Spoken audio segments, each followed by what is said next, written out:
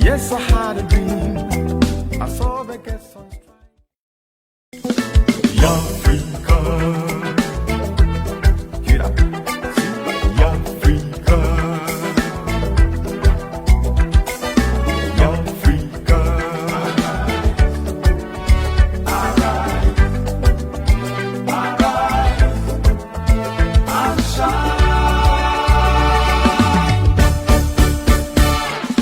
Yes, I had a dream, yeah. Come on. Yes, I had a dream. I saw the guests on Africa. Get up. Africa. Africa.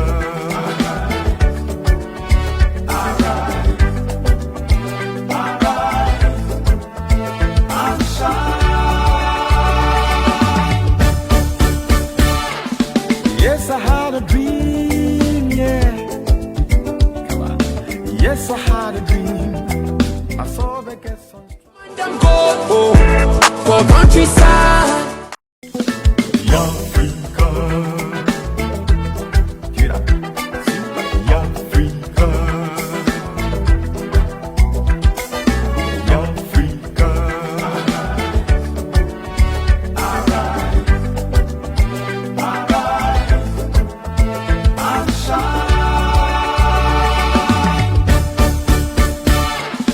Yes, I had a dream, yeah. Come on. Yes, I had a dream. I saw the guests on Facilitate the implementation of the PCPEC program to revitalize and transform the economy. Mr. Speaker, we will undertake the following actions, initiatives, and interventions under the 7-point agenda. To aggressively mobilize domestic revenue will, among others, 1, increase VAT rate by 2.5% to directly support our roads and digitalization agenda. Fast track the implementation of the Unified Property Rate Platform Program in 2023 and review the E-Levy Act and more specifically reduce the headline rate from 1.5% to 1% of the transaction value as well as the removal of the daily threshold.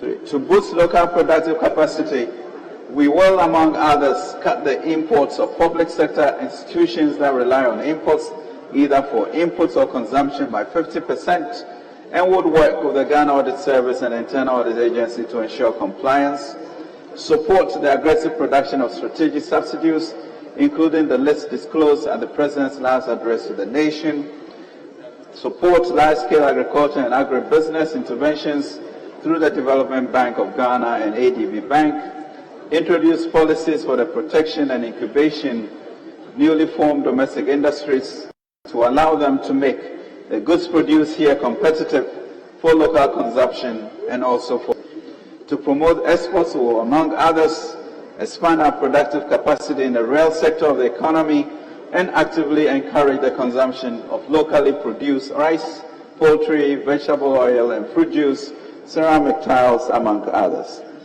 To pursue efficiency in government expenditures will, among others, implement the government directives on expenditure measures, integrate procurement approval process with GIFMIS to ensure that projects approved are aligned with budget allocation.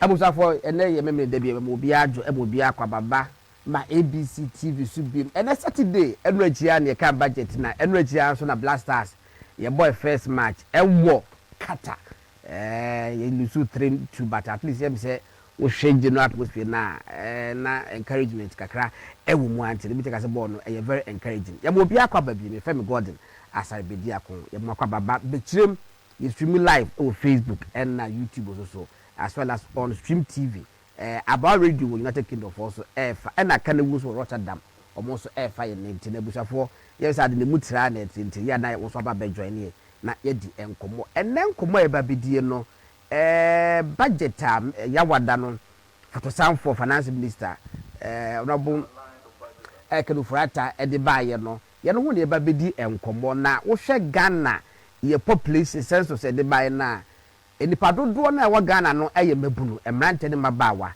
enti budget abase die na ja mabunu ne marante mabawa no ese hwe se ye chefa ewu mu krompo no ene sei opportunities bay ene wu mu ene ma bay na esi timi ye asemrante ne mabawa ye bia ye na ye adwuma ene ye nya adwuma krompo no opportunities bay no mu a ye betimi tap on ye tibaboa ama Ghana so munyam aba na munyam so aba ne so amabusa for so eni age enu ti ene ya fa panimu pankasa woda NEIP National Entrepreneurship Innovation Plan and a program NEIP Kofi Ofosu Nkansah we full soldiers president one and na ababet na hase me babedi Kofi yamakwa Mejo so many agodon me chia arefo near tiefo nya be say na me first time yeah wo be chire ni my ABC studio here prepare you abo modern congratulations yeah that's Kofi na akay no ba ko ba be kansa Kofi Tonto ba be kansa na me ne Kofi enra I think say no apra me kasa enu be di ko enra apra na me ne Kofi kasa na amasi me kai no se do si je me so me kan o da bi wakade a ese ba na me ma 5 minutes na hwe wo schedule say and left between 6 and 8 ni baby ade edin or ba say ebi go po less important o be cancel no ba ampa so wetin ba Kofi da se it's me da super so tun safren Kofi can be musa football but me hwe wo nan dia me nya so say na wetin ball I say you know eduane no say me ma na yenim no ano na etimi eka hwe no ehu de eda ni de enye de etino but na at least wunim bokrompo na utimi hwe okay enimu esa commentary ehu enimu ya wada no hu ne sei man say until say ye bebo ye last friend in Switzerland no na akwaye say etim ne angele sa papa okay na ye nim ye ho sa ye nim ye ho because time bia no ye frɛ different set of players yeah na ye de bibia beka ho. This is one of the times you're the most talented group of players. Yeah. Because in Kolani, you want more bruchino, and you want starting waha, could do smone, salis more, kobo wafa, no money, I did go bruchino, 19, 20, 21, P. Sahakune, Kama, Din money. It's your talents, okay. But your problem, after AFCON, no, every pen work up in, and he said, Tembia, no, your friend, for the new players, Tembia, your friend, new players. Ain't Sisia no de omukọ campaign wo pre World Cup campaign na so omo use say period na hu omo kakra even though na nwa enye mo wan say ye Switzerland match no omo team ejele yeah even when we had the likes of Pate any Kudus any Jikumo sitting on the bench first 11 ni be sitting on the bench no it mean solid midfield plus solid defense any omo boy na I don't know my glimpses of hope say one where I work up, you do higher better. You be tired. It's any one say against a top team like Portugal. Our more players, Man City, Manchester, top teams in Kwan or Mobile, okay, collection of stars, galaxy of stars or more and some control. It's minimum more boys. Now, first half, coach, you know, tactics, you know, not a defensive. That's a man, Portuguese, no respect Kakra, a boy, a home bank Kakra. It worked though, but. Hey, me my dream senka ya mo say respect na start be mu kura bi anke betima hye.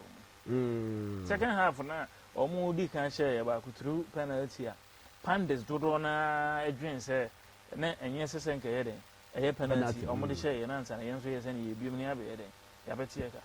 Unfortunately decisions ni bi anko ye ama ye. Airlines no yentimi ahye ne ye wa kire no mo fa ho e de be hye goals bi bete no mpo no yetimete kan ba ko yetiwie ne na aka 9 minutes aka anye ayi ne kwatehwe ya na Williams na kwatehwe ya ekeke kolazi yeah so ebia na Lewandowski Poland ne Saudi Arabia fu omko bo bi hye ne samo no so sorry ya odeko bo hye ya ne omanya tu ne bon so ya ne du bia na lack kam yeah ebi wa ha na ye da bia na be ko ya ma enti mi de me giri se the team is very promising. When you first World Cup, you lose first match. You team ko tournaments Ghana. Once you are not team, slow start. Even that man you ko under 17 under 20 under 21 no cry p 190s yeah first match at edi kan abo draw be a slow starters so be one na do say yeah do fine it's in the mejiri ye say 2 matches I can at least a bit menya 6 points and 4 points near the qualify say ano otuado on one kasa ahu lessons so pick from first match in one yeah expect say the second match in South Korea on Monday no chenechino obetimi obesan repeat some mistakes ni mejiri say any say be boy am yet menya say na me dem say me bomb pa ye say Portugal for be board draw me no aka ho na yenye mienu I tell you have to put group because I mean I've started thinking about round of 16 already. Oh really? Aye, so this second you be share Brazil. The second the be first the first you be share Serbia na other teams in Bia and no mu nye shisa. I say Ronaldo mo ne Brazil mo na san crofo no FIFA for no mo do mo tournament. Commercial interest. Stars o mo a nti man crofo be so mo TV. So mo he World Cup. Iti kakra bi o meta ya protect bia no kakra bi at least. As one na say those days of Boston also me ba me referee na ede. Because when him say Ghana West African country. Countries be cry any omunti yidin say atama no no Boston it me talk. Yeah, one one hampo je Fennec oh. Australia, Fennec. Yeah. Father and son. Father and son. But we talk say we no you lose 3-2. Yeah. But we share a general atmosphere now. It's the people bebre so enya confidence with team no. Say business, ye yeah. E ke meeting for ashe wo mo. Sad dey no, we just dey ntin na all of a sudden they say Ghana for first time you blame game. Yeah, when even though of course Baba Rahman wonya ne share dey. I just say but e go for no dodo na e ka oh team we dey eye na bibi nti na utuado changes na wo ye no yi produce ne adide efiri mu no ategu no wa anya ade no kire o say Ghana for kan okre okay the blasters ajire won eye adwuma bobo ayeka omu disappointing so ayen krokro mo yeka okay Ghana for very passionate about football but no kire say moko na moko bono tro kan me yenka enti uba hwa ekọ afkon yeyi efiri mu ba na ade nkrofo confidence in the team no eba from yeah but enka etimi konya draw kuma say konya draw Nigeria they are really good difference e qualify na energy no enthusiasm no start say sign then build na nka sa build ya say no coach to the message na boss because we hwe some money players for bia we don wa back kan ho ali they no go to you know only decide no born ball aye obo 10 time power French league one of the top defenders yes in League 1 yeah so I went to your scouting abilities no this time I adwuma let me say players where 1 or 2 pencil any shrub your man for a kasa say omo 2 informed players and e sen kwon ye dey omo baby but all in all no selection dey yan be 95 to 99% right but that can be so strategy on the field of play no that is how you deploy the best out of 26 na record so won hwe your last match in Switzerland boy you say said the first see e dey afie ba na e ba man opportunity has a folk player local player am obi ehun say or your confidence with the ball coding you do there second and third match here e did this week obetimi dey na ba mu na ba dey e be PPM because of the confidence o dey na ba mu against Switzerland na na bo but first no your fair players are omo bet na benches are mo nyere e mo bi o ko wo benches local players kotoko has in recent times the last decade bet na house mo better no wetimi amagye ni potential so betimi yeah na o say we change here no Jordan Ayew buy yeah we shot 2 goals na buy na yeah yem say the miri na e call Jordan Ayew ho no wantimi baby ana say we lose ball no do ase akwose ye enti Jordan Ayew no how buy access ma kin kan baby say Jordan yeah na it take some time no they are settle into game yes into be man body are starting hey one starter na so the ba crunch period what we best tell we no am yashe akwa become mine na wono no say mu che aduane ya ho na mo dwa mo ye mo na mo tete ama mo ho a wote o ma miensa na de mo na wanfo no so di anka ho a obi am find that the man last woni it ono no was slow start sana I mean ma can I think say yeah I'm telling to believe that because Crystal Palace ayi you so no pa very you so no yes with me gina ball so we participate but oba Ghana me say Any money and any to those days in Tio. So I say, maybe Obi said you say Jordan. The best out of him. I think it's no Crystal Palace. A deployment. Yes, because Anka or useless Anka Dibia Crystal Palace. I want one you soon say outfield strike or your midfielder. Yeah, would you much with me? I had no strength about when it's with me numbers. Or 18 times or the second of business with a the most holding. The whole day wouldn't mean friends. Oh, until Bia, I say, coach, ni how it be never check a crack. She say, it is what you couldn't. I thought the better check a crack. Say, in a Kia or no, you know, as some supply. But then so I don't know. Eh, dear, said a arrangement, no, oh, made for the horror, within Jana. One said, Asna, dear, would in the moment my kind of nation, they be on mobile, they don't continue on way. Yeah, so last match I wore a crown, you sue Elisha Wusu, and a summit. Oh, any another person, Pate, I could do some more. This time around, the road, any in Aban added the dance of account. In the chemistry, said they would deploy any of those things. But at least Pate could do. And need the day, so they should be able to at least Pateni the day of my sometimes say positions. Suppose I also was 30 and more. I think so more 5-4-1. And never another anymore, and I can quite anymore. Yeah. Okay. So sometimes, you know, Nippon bet my old player when he move bet. Maybe the one neighbor, maybe I know monkey in that combination. Okay. Young boy, I want that budget in this way. A bogo. Now, Bonnie, who here about it's Michelle Babway, economy. Confidence I'm buying. Okay, it's Yawa Danona or Mampany, Elco, my friend is a finance minister. Yeah. Elco Parliament. Now, core Parliament, no, could deliver budget statement. Yeah. We read the budget statement, no, and near my bed 13 B. A idea I am say. We just Sabrina and my bed 13 and you're very important. Our boss into Middle production nation or the better one more. A bino says or saying all MMDCs are directed to reduce fuel allocations to political appointees and heads of MMDs. This directive applies to all methods of fuel allocation, including coupons, electronic cards, shift systems and fuel depots. Accordingly, 50% of the previous year, that's 2020 budget allocation for fuel shall be earmarked for official businesses pertaining to MMDs. 2. A ban on the use of V8/V6 or its equivalent, except for cross-country travel. All government vehicles will be registered with GV given number plates from January 2023. Limited budgetary allocation for the purchase of vehicles. For the avoidance of doubt, purchase of new vehicles shall be restricted to locally assembled vehicles. Only essential official foreign travel across government, including SOEs, shall be allowed. No official foreign travel shall be allowed for board members.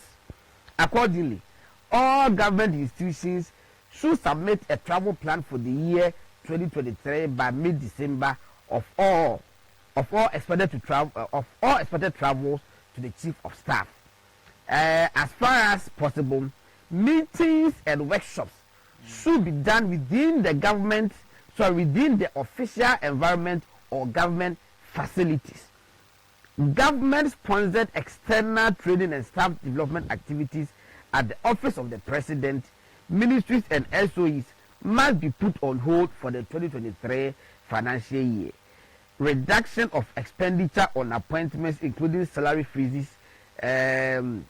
together with suspension of certain allowances like housing, utilities, and clothing. Hiring freeze for civil and public servants. No new government agencies shall be established in 2023. There shall be no hampers for 2022. It's a brilliant hampers, Emma. It is all that down. And then there shall be no printing of diaries, notepads, calendars, and other promotional merchandise by MMDs. And then 13, all non-critical projects must be suspended for 2023 financial year. If you answer the one area, enema 13 year bu boss we minim dey na catch attention. I think say ni na hunya. Okay. Say me fam kakra. We first one here e fuel here. Unu say fuel bo ayedem. Now foreign exchange ye no ye ko use de koto a yesika no call from. O pa koto na ye say o $6 p. E na ade koto ba nti. Dollar no e bo ayedem. Say say directly no. Obedu ha na fuel no so bo ayedem. Ayedem because e be a first near the 8 series. And a koto 1 liter is just an example. They say the 15 cities and now 14 cities in a year. And I can say almost double the price of fuel. Yes. Ain't say idea work cost ye do my private sector employee. Ye will be a friend of cost cutting or cutting operational cost. A bank kunta boy in our godon any mammy. A bank kunta boy in any mammy. So be raise revenue, be increase revenue generation. And I say will be reduce expenditure. Yeah. The operational expenses are buying but for the kind for because you know, you can say a bank has a ministries, departments, agencies, OGM, Office of Government Machinery, and this assemblies, nearby piano, or their police for the home, or their soldier for the home, fire service. A bank you in our cars are a year tens and thousands. A door to pay. And Sabi say, a bank say, fine, oh boy, nti I was say kwan ya fa so e de fuel egu ka mo ye nte so na ye use no efficiently me giti say ade papa eti instead say what down so man o V8 as official car o minister and now you see you na asan wo saloon as complementary and as backup car na say enye bunkurugu na hoko a wo hia cross country vehicle. Now I also told you chocolate na Camry na ebe use be a third of what you put in the V8. Which me dey no then. Akwa dwuma from Dansoman to regional ministries no na aban etini savings of sa 2,000. Ba ko fenu kwanya nwa say. Minister bia na head of institution bia the minister say wo car kese ba ko. Wo sa wo saloon car. Yeah, ye come ho na ho odin. Dodo no a ya wo be use no one cry. Yeah. And so no, the quality Roman range. Oko ministries na V8 no what him then abun say boss over etimi etimi say honor say enforcement. Okay, yes, enforcement. There are exceptions but bu ho V8 ba ko pe na ye den as official vehicle. Yes, and I see on go be o park here other staff kura so e ko to ade na so mo ko bank mo san ye den e use ono no say no park here and na ke say adwuma ni nya ka anya den enkwaju enti ye bia nya obia na bitimi anya backup car yes saloon car na pickup o de be ko adwuma in Accra na mmom omo wo ba ko mienu miensa omo more than one dey be se san hihye o mampani se o de be se audit service in internal audit agency and then monitoring and evaluation department our presidency amo ma hwe se san hihye dey abase yam fenti ye operational expenditure across the various MMDs and OGMs ya hwe na ye because godon hihye ni dey na nyeden. And say na mpese enye den na mum implementation no any monitoring kwan abefa so abehwe say ampa obi e di so no eno ne asem no bigidi say ye ne sa ye be na fuel nso no it's not just ye use cars and consumption of na mum ye che mum ye no. Okay, the me say ye free last year now over career so austerity measures we in your first time I want that yes I want that. So 30% cuts in salary and 50% fuel in now. The me say me started you any IP. So fuel and SMG you chemu half and heading. The demand. I know na me da so edge. You so it is share one penny shemu can asa dey share budget in 2022 is share na e koso aye in twem. But no 2023 be san heading. Atwaso. Ye kwa budu e na ka bi mu chese. Enam say ade no ho dada no. Enka ebia aban timi e catch Ghana for say my asem me de abadada be busumi wotwenie and yaye busumi wotwenie ye cut it down 50% no say me yetimenya 1 million Ghana cedis. Legitimate question as I point to bonus bit me. Yeah, because all the records are there. Yes, I should say the amount no 2,000 so 1,000 amount no 3,000 so 1,000. Yes, as I receive in I there ewo ho na nsen you requisi boafu na e ho ya sampan yeah what can it be percent say na yi omo are esaba the buyer na NDC me propaganda say lip service implemented that no then the pay slip example edit say okay inti sa in shisheni nyina wo especially controller dem because I know direct be dem controller yin nyina ono na ye den what inti I don't know sa savings no 30% of obia gross salary ayati atu no you bit make kambo yeah they multiply the total number of CEOs deputies presidential staffers ministers deputies ni who say we ni aye den yetimi enya asa wu atu after yes limited budget allocation for purchase of vehicles yes. And also that yeah my chief for staff and the issues are directive. Make I say because we no former auditor general. Yeah. Ura Domelovo. Yeah. What show baby in statement bi or the Bible say abra abanka say my state institution bia and talkers no kwebo no. Aban ma no kwa institution exception. Exemption. Exemption. E ma okoto about 30 cars. Can be a national one example. To say be a national education authority. No more nationwide registration. Yes. No more here so mo bisi form. Nti o say am mo kan. Enso o mo kan kra no. Kantanka no mo ye dem. Ekoto yeah. Kantanka no so na kan because exception by the man say we have local production, industrialization agenda. A Ghana automotive development policy. I see a share ka activity adwuma mabuno. Na yimfiri adwuma aye no. Yes, she can tank as she says no track, as she says Nissan, as she says Toyota, any other year, Omania, you are interference incentives to assemble cars locally. Yes. And the Omodia and you went from because $7 and I cry a favorite chaba. Cities and I to Hayana. It's not yet still, and she said, I know what say me and talk with the exceptions I can't go to the heading locally manufactured. Once again, how class I was saying. At least maybe say state as a company omukoto bebe 6 or 7 VW locally assemble enti no wonye so say kedo kwa beboa say enka afina kwa wiye no na abanya aka say cars locally manufactured cars ya aban institutions ma aban meduma na akwakoto no aya dudu say wonye say kedo beboa eno so ye pa because man who say talk and tanker Ministry of Agric, Ministry of Education and any other agencies that talk and tanker yes VW the end a human road na papa yes mafi Nissan Toyota nyina so human atobi nti this any na yes accountability no even honorable Lanche Martin or trade minister na so a omo hwɛ sa ade no so I was say sa automotive desk no ministry hono etimi ekɔ automotive agencies friends companies no more just a record of purchases are buying human eye no it can be easily ascertained yes now for the private sector and so I then atompo here who say automotive development policy na buy abo ho ka edit tax breaks and other import exemptions and other what is na wa na emfa so ayen so ye den nya so ni nta ni nyina legitimate question na yem say no kwan say Ghana follow do who say eh abanyuma akwakoto bia yeah a boost mo confidence they say oh state is akoto bi timi so akoto bi so she say a cascade in the other sectors of the economy. Government procurement opportunities. Abai is the largest purchaser of products and of goods and services. Abai to the chain a juma bia ukroma. 80 sectors in say agric, say services, say automotive, say or say abai emma companies in or more produce locally, no first procurement opportunity.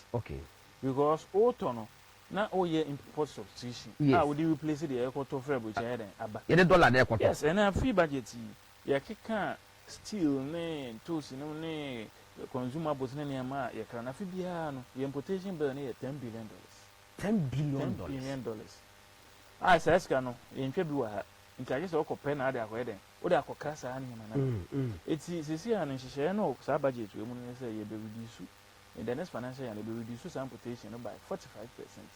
Because when company people who say poultry, your friend is saying pasta, more vegetable oil, bottled water, and in your bear 7 to 10 and say, oh, boss, no toothpick, no. Saniam and rice, no. I know the bit more produce toothpick. Pampona buzu, machine, you try thing. Machine in 90 minutes, crowd or crab, or crab machine, but I won't show the area. Would you produce? So ya anya ne saa DPS $10 billion dollars no ye ade swap ama bansi benya saa foreign currency na ye de beka kwa class na ma we nyina ye de aba eti wo yes ade na we encourage local production say ye hye ne ma ha no na also reduce the pressure on the city. Ayi no me kenkan no ba ko bi so omo kan ya manage ho na me nwanwa say ekoso say aban be ye conference ni kakra bi na omo mpe aban institutions no mo nye no wa first na wo Accra Digital Center it's a more facility ho no ma conference room to medium and large so when spaces bia opebia krom ha enye na ekwapu da bia government institutions to be pa interview crack no na omakọ friend say hotel makwaji hotel ne boarding dollar rated hotel na makọ ne boarding hotel so ba ko a so beto abonti 2 cities why the money 10 cities enti migirisi no so no ebetimi abwa ni nyina ne other foreign travels yes because trainings ni bo on so a ekore na brochi say afin kwa ya anko training brochi abi boni bi anya den ensi amagedon ma enti gempa ho University of Ghana or K University or UPS or school bia ya accredited in Ghana ha bia no MDP no nyina am get corporate training ama institutions they use o mo ni ambede o mo so capacity because say want me an kokra I just say bia area bia gaps wa ya human resource auditor you say we the gaps ho na bia competence ni be locally and okra no timi na online and Zoom money teams meetings in timi na correspondence kwame nkomata nkora need to vote me diploma correspondence no when Cambridge certificate enemri alkwalo oni kotokan na say that man no mo dey shape na Cambridge kwara no correspondence this is the virtual platform no online platforms ni na dey akonya mare even local school kwara no pa ubetima tana nka hana we can university course ubetima kumasi na ye legon yes it means we have to take advantage of all these platforms near cut cost sa nhihya aban yi sa na private companies ni na omo ye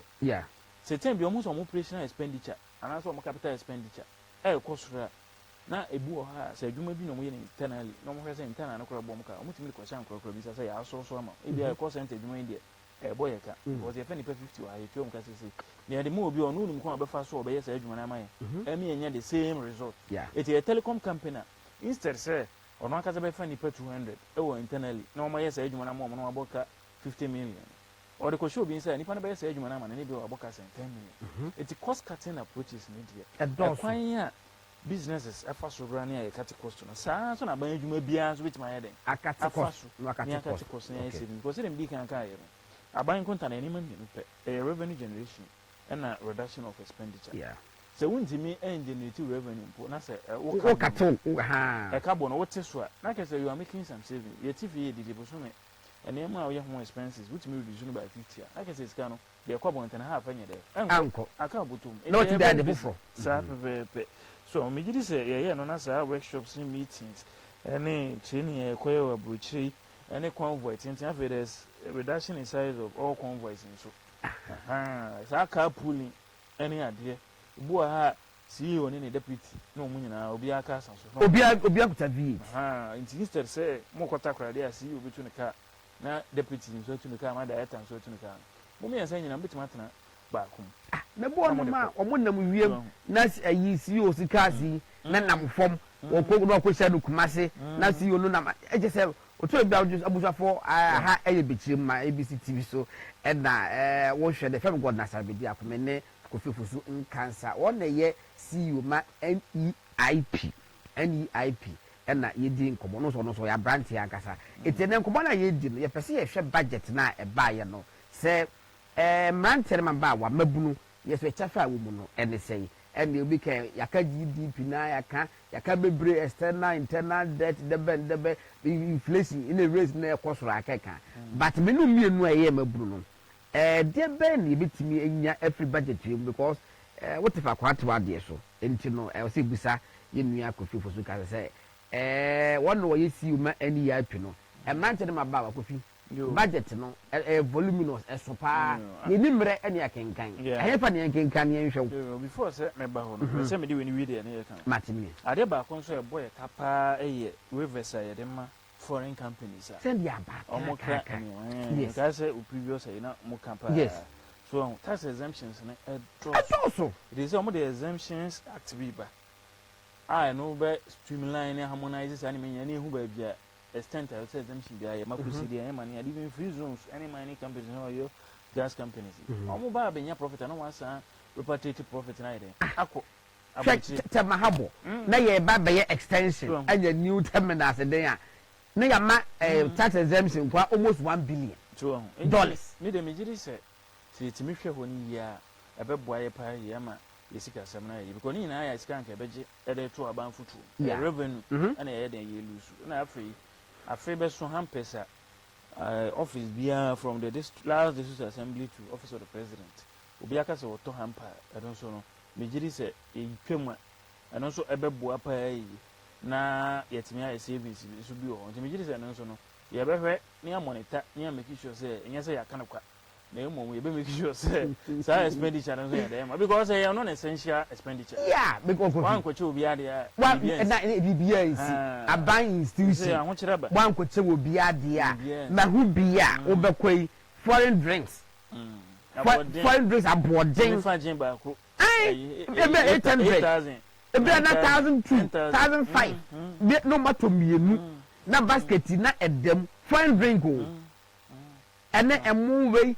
ena mo no so a enye Ghana mo na ye emu say Nigeria for timi aye I will place the no import me yeah almost start here about 5-6 years here say Ghana ni so the boy yes we am kwa dey che omu di honorable odum ebebe wo bia adwuma ye chawo me dem giri pass yes yeah me bubo sa de mani so bi e rama amo hu say aban de baba bo amo ebunu na ma yenso adua ye money ade na yetimi dey place correct now what is good ni say aban share particular products and crops so I would incentives pa ho and I encourage ni pa ama wa ko ho produce because one find incentives and ko ho unya enough production a bit me dey replace the urban say man yanka favorable chiri ni afa me tiasi you for you know my background kakra me say sudden turn of events in the year 2020 and towards up to 2022 because of COVID in Ukraine war and and our attempt to fill our fiscal issue no with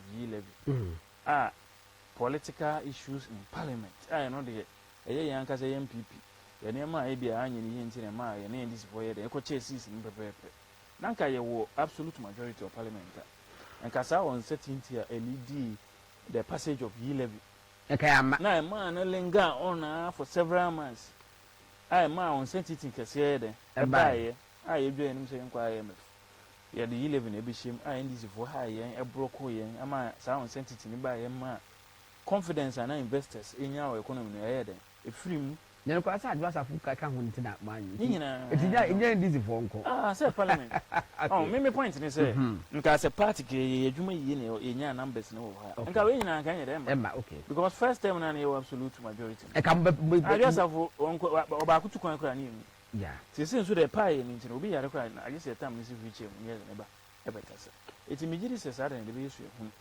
na new leadership aba going into the next round of parliamentary election primaries no ya hwe ni yie na die ye nkrofo pe on the ground ya make sure say ye yi omo na regional chairman for ni national executive ni constituency executives any godfathers any council of elders ni ade nyom na e be decide for delegates and as a party for ni say we na me penin to onko anu bi susu anso ni de abedu because any say uncertainty na ma credit rating agencies no downgrade Ghana senka ya kwaji ska abeshim bond ya ne area dia abusin ya nke beko kwaji dollar ni bia eden e dia abeshim kanye ni say ya ba power nyina no na you see they depreciate up to 2021 less than 10%. But I feel back over 40% they depreciate in just 1 year. It's so sad because of your politics near maybe I'm hoping say we learn lessons from it. But yes, here it's a ban say kwan ben ye be fa so say ye be close side way. Any man minister can to significantly reduce expenditure. Ya bubo su. Na fe so revenue no iden. What increasing? It over here they say by bullet. Into VAT and rationalizing revenue mobilization, any local production only a Danish who do bear 7 years for to some 42 just any big use in their picture. Said a bear IMF and so become a bear then a pep boy and over 2022. Their budget near say building a sustainable entrepreneurial nation, fiscal consolidation, and job creation. I can say quite a bit faster. Abwa private sector, Ashisha and Crank Medie, Abwa na yesika sama ye na afi ya madwuma so ayere aba na sa are no yanka no kwa because enum na Ghana case boy aye dey youth na agric na youth interventions abebo ama entrepreneurship aba Ghana Enterprise Agency ya pass on Enterprises Act nhyehyɛ ahodoɔ a wɔde baa grant programs ahodoɔ a wɔde babubu SMEs figures no so NEPT a yɛyɛ master kuma wɔde baa yɛ you starter yɛ pilot yɛ a sɛ yɛ launch the district entrepreneurship program ni nyinaa yɛ out of saa budget na yɛ na edi esi yɛ no nso sɛ nkɔkɔ adwuma die na yɛ den yɛ kɔboa no so enti yɛnya outcome from saa 2022 budget na yɛ sɛ yɛ de boa youth entrepreneurship ama godon sɛ si am no ka sɛ ya pilot to you start am na successful launch na the district entrepreneurship program pilot beneficiaries across various sectors e be di ho dance kire say omunyuma no e san say ya mo musika as startups as SMEs mo de ko share mo ni no ba ko to bansa before beto asobo yeah share ye NEIP e dey agasa na mo yibo mandate agasa de NEIP so be 2016 campaign no mampani say obepe vehicle be provide an integrated national support for entrepreneurs to drive entrepreneurship. Okay. Because na ohwa entrepreneurship no say you be kire nkrofo you be so omo nsa you be hand holding you be nature akire omo say na ebia businesses say the CD ventures say na o start o person o do idea a free school ekwa adwuma start ekwa market commercialize say na ye na adwuma bia nhyara nyede eni ho sa nyuma dada na de wo ho aya na obegugu sunsu na emo mo pese wo kire se de ye entrepreneurship na nkasa na bibia anye de eni ho sa okay eti eno na mo mpani de share 2016 manifesto no say obebia dwuma bi efe na NEIP okay aya National Entrepreneurship Innovation Programme that provides integrated national support for startups and small businesses. Okay. Eti ya kase integrated national support I support ben support say ebe ma osika sem ayi ebe ma iskadi ashi mo say ekwan abefa so do nyama kodwa so access to market because obu ha ska do be produce nyen program but ebe we ko ton ade no kwa no ni digital channels obetima use onim afi how to formalize the business regulatory support how obenya no FDA standards authority registrar general department ama wetin ebe ye adwuma edi mu no onim afi business development support ekwan a obefa so obenya antete say me bookkeeping any say accounting me communication any say ekwan a mefa so business no me ye ne ho kontasem ni nyina no so na ya kire enti niam be enan enum na ye kambo ma ye basic services are provided for businesses we and NEIP does these things and I say over the last 4 or 5 years here no through programs which is a presidential business support presidential business support no na ye bobosia from 10,000 cities to 100,000 cities enyuma pempem ana yetimi de sa emwano ebo a omo aye create over 100,000 jobs through the presidential business support no yes our presidential picture no innovation contest a region bia in the best sector bia in the best no ma be picture akire o mampani akire mu say mitimi de banchiwi eyewe mitimi de IoT eyewe mitimi nti wa idea na de most innovative no na ya maw sa innovation award no mampani sa de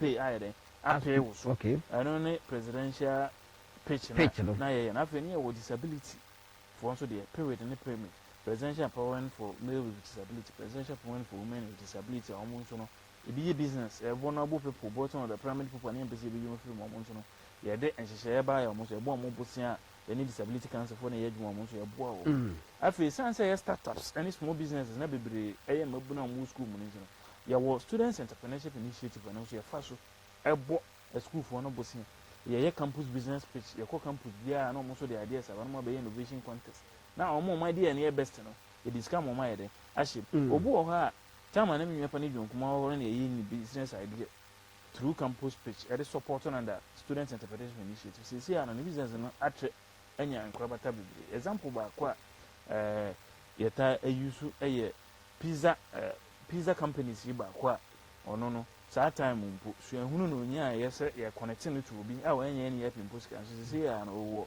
several branches one employ over 100 pizza man odidi dwumabo a branch ba kon so benya tax incentives no or your business under 35 years enti o de won krata na ba ne ya pa na ne ya bi ko GR akoje free 5-year period mo won tax through that na t-shirt o ye no so timi ye savings akra machine 20 million ayene big tissue companies are working on can be all produce because one crata ni na obeti dia ba ba say for 35 years 35 years no per year laws no qualify for tax incentives any facilitate man and one will say enye sika sam nkwa obi ellen ke obi pizza man to investor and the produce tissue so dey no nya mo so nya tax incentive and so we gina so successful crash and obi a bi onya 10,000 na 100,000 correct enti saa ne ma we mu and I any the boy now you try ye because said I can team for 2022 budget no yeah entrepreneurship na say abon ya dey na botai say who say first term ya free SHS ya planting for food and jobs ya one district one factory one village one dam ya interventions in na ade ba cause say hapa na emabunu dwuma se nti aban ye boa ye entrepreneurship support agency say any year ni gi ye no na ya a nationwide drive on entrepreneurship when did you start aye 10 billion entrepreneurship program aban so dey ba no abeboa emabunu ye 40 years and below na ye nya support na ye de adua nyuma na omo nyuma dada no ya bo ma tete expand instead say any help in na be carry sa entrepreneurship drive with say aban national program aye cabinet level program o mampani ate 10 member committee aye national development planning commission any ministers na for some for honorable and for right and finance minister and that one below and on your you start steering committee a ministry of finance agencies in participating financial institutions banks and implementing agencies and and social share abaya national program now no a project a beyond any help in just abani na boa ama sa entrepreneurship juma na eden ayi stimulus ere private sector and support ese enya na aboa so aboa ama 2 to 3 years a day money it make 1 million jobs obi na was abadi yeah obi the message abase was so share side we with John Kuma say enipa wo mo benefit from eniema free any happy no yeah e ka monya region by region mo ma listen nko region by region say e as a product bi no people ya na ke wo se we NIP for na boa no ma say be ya Ghana for nya bi wo se enye se bia enudwa na abani dwa na num anase bia nyi se bo discard man na mo fo ala ne nkofo in the name no nkofo di improve on mo de adwuma I think it's a good idea okwa website see your beneficiaries no okay correct omo ye poultry omo ye ni omo ye body lotions omo ye body baby products na e bia de say they can ho any regional breakdown okay be kire say oba asante mantema e bia we ni aboa mo sika say ne de ma no ye start na adwuma na Nigeria bia ni say abedru say I think say very very important we ye ade de be she e kutokuo ni ye de akaka ho na be ye dara ye atoa so na obi an say be nya kasa nko because evidence first term especially na president kasa and chief of staff and honorable awa no business development ministry and any kitchen as and then the president checks nebu na mita hu TV so ba see me bubo so nyina from presidential page to presidential business support to period and payment disability for I am mom check nyina I known people garages association say no mo ta nya checks pa garages association no mo kan mo bom mo to spare parts okay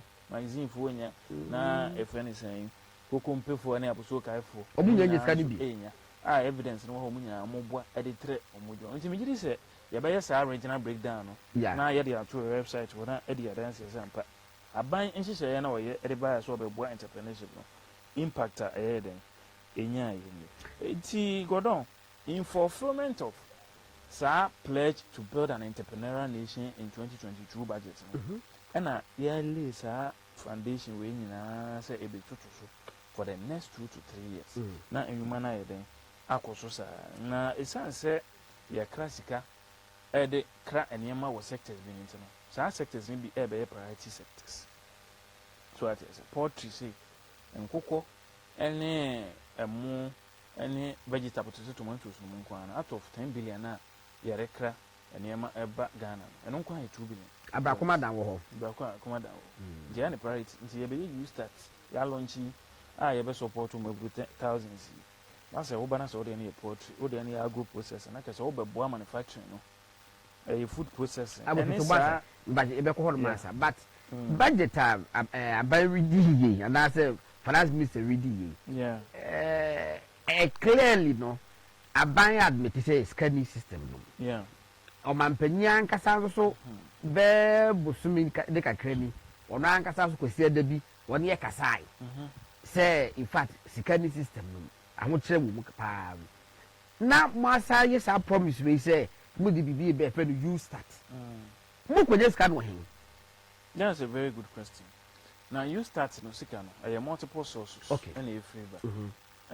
Nancy I launch a district entrepreneurship one yeah no this is assembly via OBRC and IBS everywhere. I'm making sure some NCV World Bank country president. But on production one say pictures now or more launch ad and pictures no hoduma yeah more display my na and fabric. World Bank country director friend of Mr. Pierre Laporte ever one who basse aside sa first phase na ye launch a omodisika be $500 million be 500 million Ghana cedis and ye dey start no o ma sa hen hye kese pa next year disika kese kra na ye dey World Bank for World Bank okay World Bank sika so dey onim say e ring fenced say bane say kase insure is here ni ye dey koto na kase no one dey koto untimi ngoyi enfra nko ya dey for any consolidated funds ka na kase say e say second term you know eye adwuma sem na eye aban priority eye youth and employment na eye ha mabunu na aban dey priority nti sa na se de nya sika e dey free SHS as a priority say free SHS na won to yourself now still pressure aban sika so se go no nya sika ye sa nti ni na ya aban no priorities are better obe set for yourself it make sense so ahye Ghana for mabunu enkran say aban prioritize you start nti you start scan dey na baby other financial issues one any them affecting okay the World Bank for the year but this year next year we samba after other sources like Mastercard mo and other development partners so any of my penny share abona no ba so almost discuss the air by abishim ye no free afi ye ne commercial banks so agreement as you see am no kase commercial banks and as universal banks ma kuma 11 and I assign on to you start omodo musika ebe share you start under what we call the commercial model. Commercial model no yi district entrepreneurship program ya bind the area so ankwankra afi no mbesha se na ade nyuma kese no mu a na omanya grant free na commercial banks no so be medium to large enterprises na omo timi fa ni part 10 20 na omo double nipa na omo ye dem omo for do omo so betime busa up to $500,000 cedis nti wo a obeko through commercial model and the commercial banking through sika omo dey ba na bank so the be so under counterpart banking arrangements that is with me access up to 500,000 Ghana cedis 500,000 Ghana cedis and you know so is I read because 11 banks any a bank assign agreement almost can omodi ato ha a bank serve as guarantee ama Ghana mabunu it is kana boko akwaje so 500,000 boko akwaje o bank no on fancy mu bi anyere enkosi ho because a bank di nyina mu ayeden ababada wo de ana say se biensi hu no kuma 10% per ano wo che mu by 12 ba ye kete no ana betu abusum bi ade ana say bosum ne so na wa ye de wetu eno kra na obenya 6 months operation expenditure na be ya capital expenditure so abenya 1 year and say na wa start there ade etu abusu na tu obi a ye serious na amount say sika kese na say ebedi afiance na wa start etu ya na get no na wo kana kra wo ye de ati etisa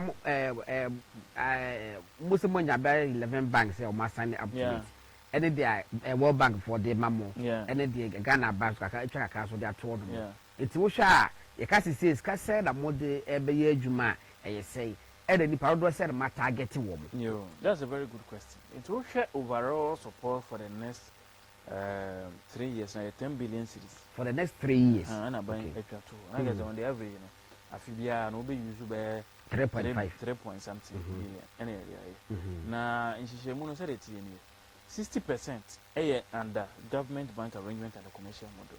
And the commercial model. Okay. The difference on the 6 billion ebe ebe. Banks nso so na muske. Ndomo do mbeti ma ready say scan na banks so dey be there abe so so. Okay. To development bank Ghana and other government sources or mo dey be ba na yenye say scan. Na 40% no so aye district entrepreneurship program.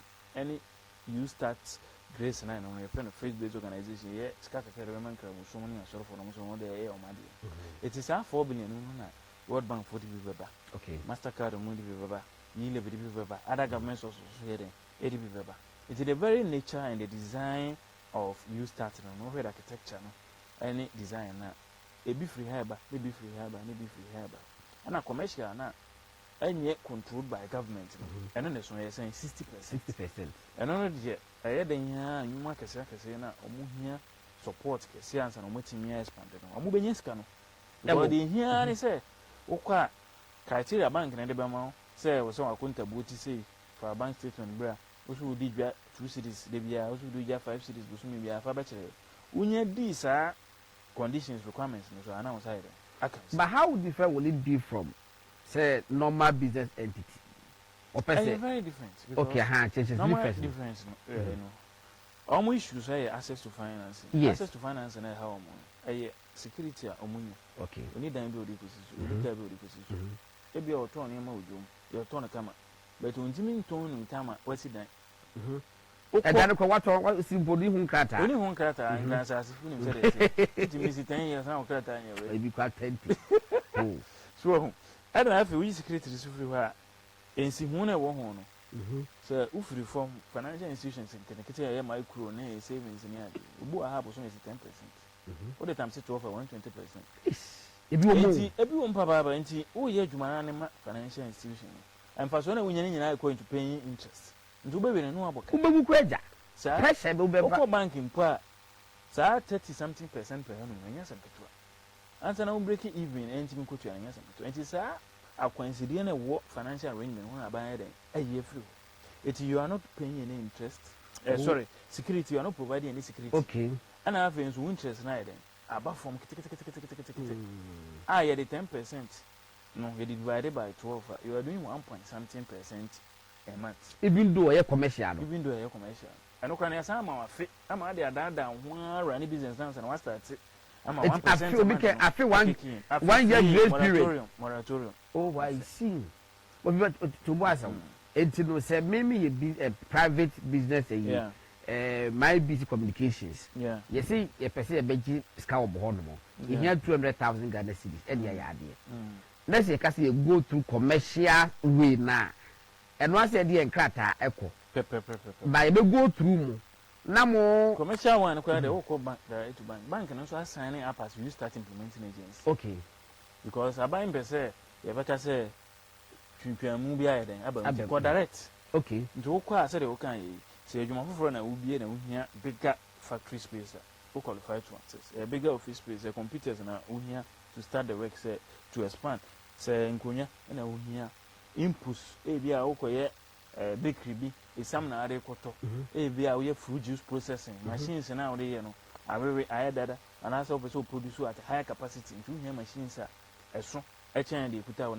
Ni na wo hu kwan so de de wo de kwai se fu mpo na akwai na sase na de koto afu no order bit my examples actually say afi say na me do na so mama me say me timi de akoto do say ani nyina wo de say support no ye den ebe ma both working capital and capital expenditure in the form of machinery equipment inputs are de be adwuma no any bibia na afi no wo koboka wa FDA na registered general department so na say no so open hu ska ni nyina wo qualify afi access to market kwan ya befa so ado niam no ebekodwa so dey bia wo say wo yen hihye bi ansa na wetimi reach international market bi je no no cost to your business now ko justify say metimi ye we ya this is how my product reach this international market and this is how I can break through and leverage after to put my product on the 1.3 billion African market omo the size can be then it is hihye ni nyina wo who qualifies for it o dis Canada o timi ye any share wo hu nyina wo ha my who qualifies no who qualifies no ni nyina ejina face no so okay any model a we den wo so okay the higher statistics say no science say omampani say ye dey ma 18 to 40 years for omadwuma sama ye den a omo wo fie bi omo nya hwehwe nya yi ntino nya fe ne baka say kofa registered general department certificate ye den ebra okay there be ye nya bibia sa yanka say kofa bank statement bra na onkonta bu ebra the here say okuta BEC certificate. They have to put a certificate. BEC. What we JSS. We any enchishaya abani World Bank aya. Or this escano, boy mabuno. I'm more monty over 15-day period. A entrepreneurship training, basic, intermediate, advanced, and sana grant and abba. It's very basic, 18 to 40 years. Over 40 years, we need the one year. One count. Okay. And it's kind of a grant. You start and you both loan and the grant component. And it's what you need but you loan a grant. No, it's a grant in a start. The grant is here. And I launching on 14th November. Okay. I apply a copy 26 December. It might be a portal. Yeah, be a portal for 6 weeks. But website near www.gea.gov.gh/ you start GJSP. Hey, Kofi, now what team do you know? Good team. Said the man, and I am a friend, Mac and Campbell. Be a good one. Sir, medium. Na website is nipa I hot to ye pen tem kan www. Applications no. Ai, na kwala why word o. But you need to eh 50,000 from my word. Okay. Yeah, be when am business resource centers ni bi assist na e maburu no. He say the funds be class and go because district entrepreneurship. Me pass all the my website in be on shade. www. And look at the country website bia no one more www. Until no say and then I'm GEA.gov.gh. Okay. That's the first part. Okay. www.gea.gov.gh. Now for the first slash aba. Now the use start ahead aba. When the use start reba, they are talking here Ghana Jobs Skills Project. Into G for Ghana, J for Jobs, S for Skills, and a P for the project.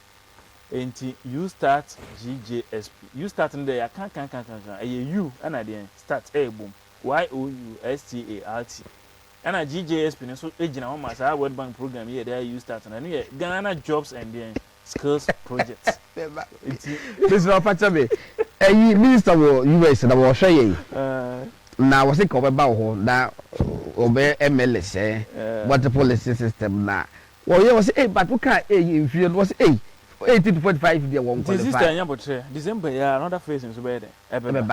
Above 44 no bit my day. Aye, name woman she say, when he say, a woman obey and I was so fat at least half of them as a mobile. I'll be fat, because someone penny said in film and secretary saying 1 million job. Yes. Into a penny more old broso.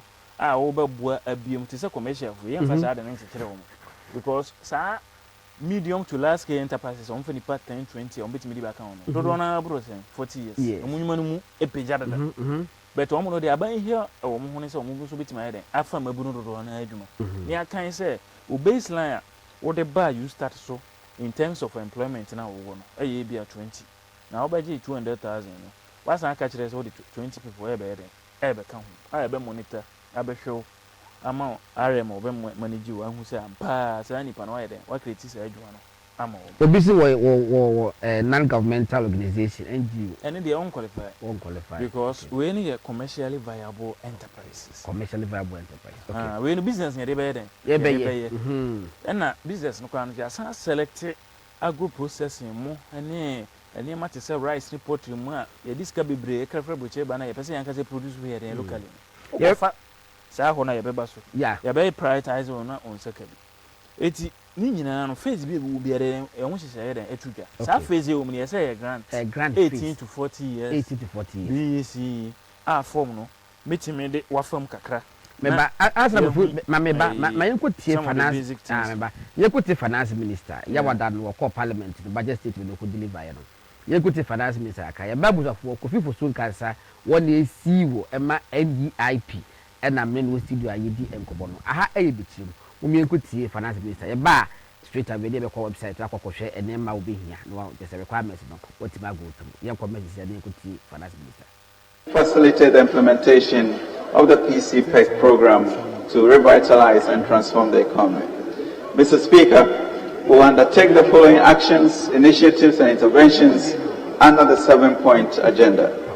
To aggressively mobilize domestic revenue will, among others, 1. Increase VAT rate by 2.5% to directly support our roads and digitalization agenda. Fast track the implementation of the Unified Property Rate Platform Program in 2023 and review the E-Levy Act and more specifically, reduce the headline rate from 1.5% to 1% of the transaction value as well as the removal of the daily threshold.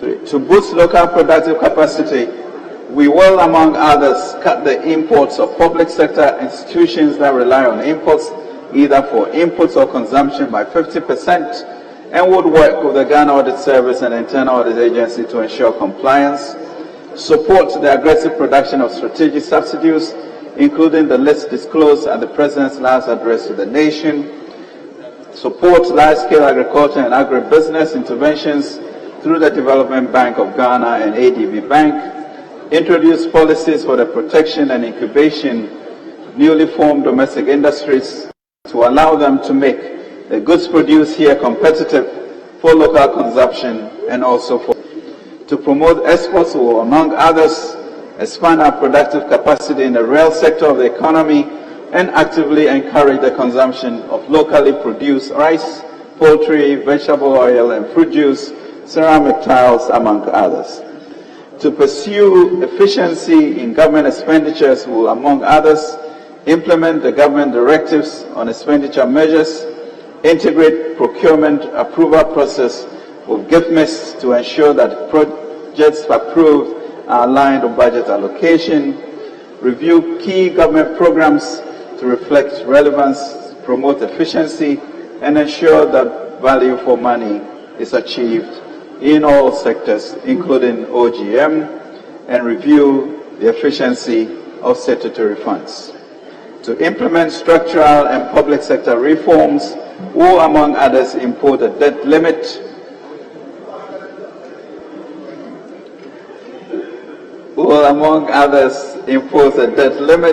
on non-concessional financing, undertake major structural reforms in the public sector by reviewing the operations of 36 state-owned enterprises, 8 special purpose vehicles, 90 joint venture companies, 38 regulatory institutions, 68 statutory bodies, and 6 subvented organizations.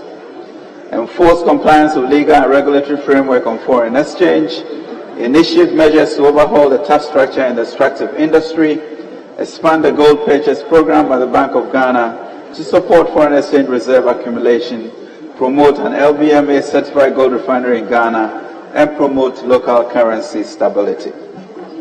To safeguard social protection programs will, among others, expand social protection programs such as LEAP, school feeding, and NHIS for the vulnerable and so excluded.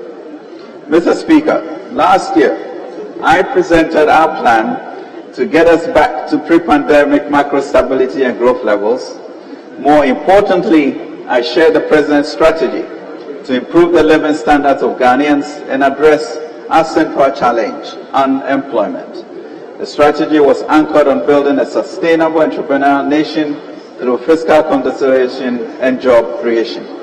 I'm happy to report that we have piloted the Youth Start program and launched the district-level program.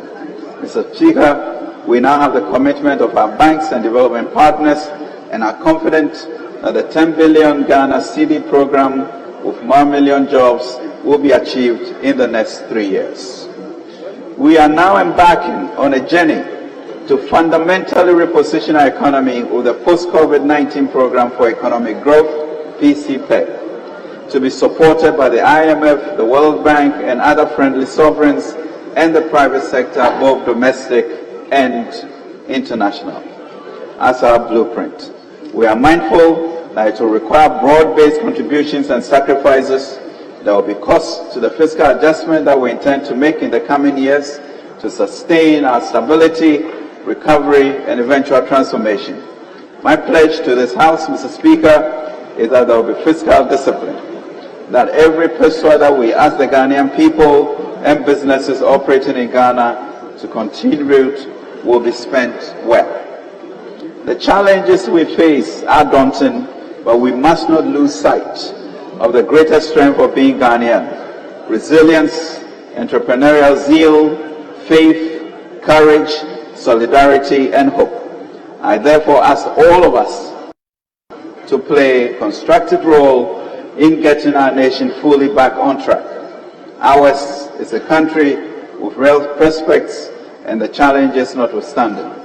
Ghana will rise again, and my faith is premised on the fact that a lot has achieved, especially over the course of the Fourth Republic, and our policy as outlined in this budget to reset the economy, if supported, would ensure that, indeed, we have not wasted the current global crisis, but used it to make our economy stronger and the progress and prosperity of our people even more assured.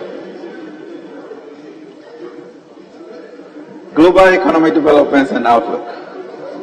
Economic growth and inflation. Mr. Speaker, the global environment is fragile and the outlook remains uncertain.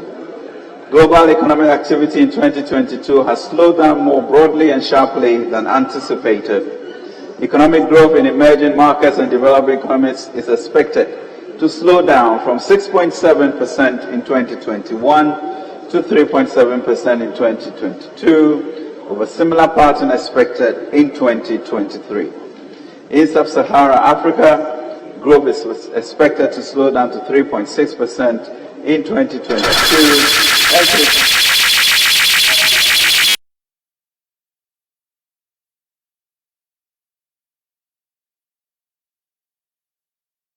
Working for at the echo to hormone now. Messam Aquaba beam, a baby team, my ABC TV so, and now we'll show you to me live on Facebook, my ABC Live. As I can't send you up to know YouTube. Minia, Kofi Tonto Ababa Kaisa, Kofi Ababa. But no, so. What fans do? You both this I will bad afraid the Kofuas and that Nakufi way, Kofi way. Kaka. Who's that for so much? So no fans and channel powerful. Oh, both American gun. What was that? Santia Chimboga. Eh? No, why hybrid? The full soldiers president. Kofina. It's made the post to Facebook. 10 minutes net drew 1,000 likes. Wow. I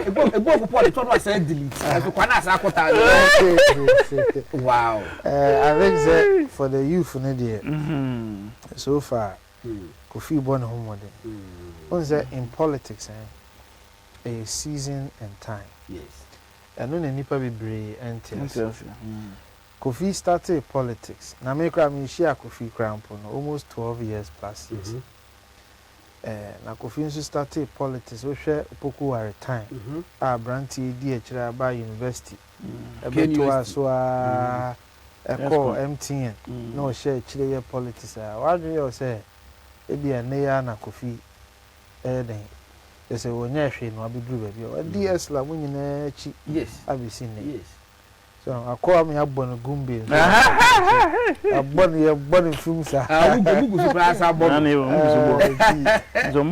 but the point is that so we share the current dispensation Kufuado abanya youfa na me adom motimia pager to the pinnacle make pinnacle because I think say Kofi will go further but at least what me a pager no move are germinating very well. I think the Kofi is one of them. I see. Kaka. Yeah, one Niger. You start out there, see. But Kofi, young quite. Before you could say finance minister, now we will take all run it through. Yeah. Remember, you Kofi so quite. Yes. Also by or Bobo Jumapa is one of the leading communicators. Yes. Of course, I'm Panama and Yago Edanasi. Now. And she shayna aban ede aba no so me ya face no ye di kan ye se de ma omo munkomu emra omunya nya dendenden an nti no omuhia support e mo fapem ansa na ya build on fapem no nti ye say grant e free BEC minimum qualification and then 18 to 40 years na okọ form no so ye bebusa ho asem personal information udin date of birth himfa ne wo ye Ghanaian of course gender so our so wearing kwalesa na wo ID card be na use so Ghana card no akire Ghana card number no man tema wo that is a region man see wo ane de obi am se wona sa akodia na nti nti utime rap ba we de se to buka kra na yes no pa yes I tell you rap but do be kumi o so what they are boko my like can be one year for boys and every jipa o just form the design no amana very simple okay say the be ya wo kwa ne hihye ne enye de ma o man see wo mafe community o military area ona budan bo twa ne ko around o say ono de be ne fe say electoral area be ne be du adwuma ba ko ne aka say yes starting pono electoral area A electoral area B you start adwuma ba ko ayede e wo honi yes community nti wo ba indicate wo community nso ama baby a wote o house address nso ba kana wo de digital address o Ghana Post GPS nso aka ho na ama your phone number ama your email address have your disability na what type of disability do you have disability for never I'm almost special dispensation package bi enti what is announce watch Africa Sabania worker brofu twi dagare dagbani ewe na de kasa bi anim kan bi na watwera man afi education information free GSS eko o certificate na area diploma na secondary school middle certificate teacher training HND tertiary kata bi a obi na wateke saa relevant box no ama afi ade ba ko hia pa yi ne ensanodwuma vocational and technical education because what you answer no juma dada e be what you answer the botire na say over 10,000 akoto nwini de akoba no wadwuma na hodada de ohia ye input na de be de what the best start akosu cosmetology say de makeup na wasu wo adwuma no wo skill no na say makeup kit no na ohia na say 5,000 na hia da koto a unye no pa wa ye de wanye wadwuma because skill no they want you busao what kind of vocational or technical skills do you have automotive mechanic fita adwuma ye bi na asu ye am block laying and tiling abasu so you mason ni anasa autotals am you cosmetology man ho asisi nipa ho asisi na akosu ye am you afa electrical installation wiring ahodo if you be electrician be wiring nti eno so ohia tools bi ade be ya be boa mo nya be electronics omo ye repairs omo repair camera and computers and phones and TV no ne ade e bi na ye no so maye hu afa food preparation and processing and beverage say aduane bia na wono ana say wo yeso obolo bi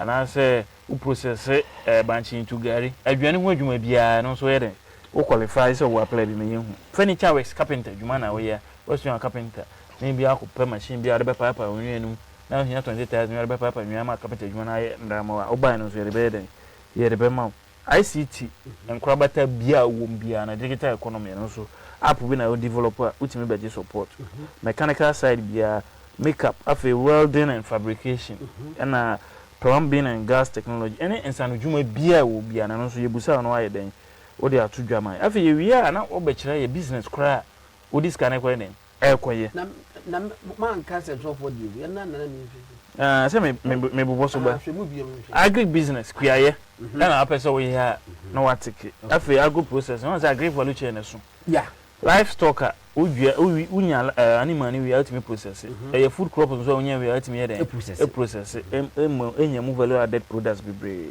afi trade and commerce edwadie ma me no wo kejetia na asafo na kantamanto na okaishi no ne nkrabata krom ha brono bia obi abo containers ho a wo de eto bibi uhia bibi ananse ba mo obi a oyin wo dan so ma na ose wo ne boss adwuma 10 years into no so eco start na wo ko ni container fu na ko na business ko bi skasa na ade start 8,000 cities wo de anya ne container ato mu ne manyina ahede wo de start na nti we kire se so wo obi a wo ye na ko na se wanya sa idea na we obi ni wo sa na be so yitire na anya as low as 8,000 obeti manya wadwuma so me obenya more than 700 cities na ko eden edema no nti nyina qualify for education businesses and na yenwa mai omo Montessori crèche ketenkete no master start board in kwala 5 start be dia afin kwala na da 50 kakran sa to run education business no so qualify fashion and beauty cosmetology ne hairdresser juma tailoring say ewina abaso no ma no omo ye pa omo koto raw materials no omo de abo omo say che no so bom ni na qualify food and beverages healthcare and pharmaceuticals obo ha wa start ketenkete cotton no package GB paint and lotions and ketenkete eye drops ketenkete sa na kama mo ani kana fama mu nyina omo ye de mo start no omo wie pharmacy no and almost started so omo make sense ni man kakran ne omo ye big industrialist omo sport ni makra ko the sub region nti mu nyina ye mama konya na mutian modimina so ba fe manufacturing ye kan ne nye 1D1F nko ade bia wo de bibi kan edna ne processing of bia no so ye de manufacturing cottage industries nti efie se bibi ana wo de go blend them ye beboa ho formalize value addition ni na ye manufacturing no so qualify real estate ne construction omo ye mason adwuma ene ade mu nyina qualify renewable energy services ne very important obu ha okosu accounting watimi achata cross mu nyina adwuma ofa young accountants me no kan ho obitimati accounting firm na o dey provide bookkeeping services financial management services ama abi adwadifu bi e wo community no ajo mbibi kakra bi nti encourage mabu ne say almost start services companies. Say ICT, say marketing, say accounting, say auditing. Now instead say obetwen so okoye dwuma ba bi no kakra be ya be nyana na so dey start na we be dey wadwuma tourism so ka ho technology transportation it we nyina ye dwuma a we ya o qualify afi ye bebusa say say discount man wa e dey ade na we be ye yeah e ho no question be o ho ne say if you are giving 10,000 cedis gift what would we use it for nti ho no na went me ankere bibia e beboa ama onya profit na e ho say onya adwuma bi na be pay ya wo betra na wo betra Is it essay? Just 3 lines. Oh. Into one sentence. They be a medical machine. They be a medical raw materials. Baby. Now I then. Watch it. The amount. Inti job can be no. Say a idea boy. I'm one young for there. Also the cotorie. The coto camera. And so we apply for men to catch order. So tula once where they. We are at the Konya. Into also machine equipment. We are and do qualify and so where. Watch it. I feel business that. And as I fed up, it's all business that entity and the could do intermediate level because who was your 100. They more feel our best start to cry there, more basic, near more intermediate, near some advanced 15 days, over go through training answer at the grant night. Amount. I feel bank account and I only be a bebo MWB amount. I feel belong to association, maybe a dressmakers association, welders association. That's what me was saying. A human will be that our group in Terima is can say you or the you have no answer and say one that take it to abide by the rules and regulations of ADM. And it is all being in our no what through entity. A very simple form to say I'm a good through you. No. Like I said, Untimia, bit me up will be now well. I am on yes, I'm so a business advisory center, and business resource center. Be a catch for no number one or work through and so it's made. We will buy no internet and I'll be printing. Your internet so the I'm on my internet no waiting me. Now my confirmation say your application successful. I'm on winning million and so more in catch for no rubber phone one year on papers. Okay. Now later, Yankasa enter into the system. Now generate to code amount which say you've done the application successful. It's either way you are in. The online some young friend now more when you're comfortable with it. What was all the penetrate and so now Yankasa enter into the system. In your estimation, no, say a nipa was it a band by 26th December? Yeah. Close to 26th December. Say close to 26th December. Yeah. Question is with the 15 days and a bit training call for training no we are you be the best say you could do better next year bedroom and check ready on say source near World Bank. Okay. Country that and Casan Regional launching is Ghanaian. Oh, any morning we are both me we are doing year selection and training January, actually January, early January to middle of January. Applicants and circumstances to their acquaintance. Ask them Kofi Tonto. Because don't forget, say, you will launch other phases, but before the end of the year, you will launch another phase of DEP, you know. Me as I launch commercial. Oh, more launch commercial. Commercial is finance minister able so budget. Grant no. Yeah. A scandal the case public money. Copy 100,000. Copy 100,000. Yes. Now will be say who say COVID buy for. Yeah. Then the para buying a member SM grants be crack. Will be last will be same experience. Yeah. Was say no pay.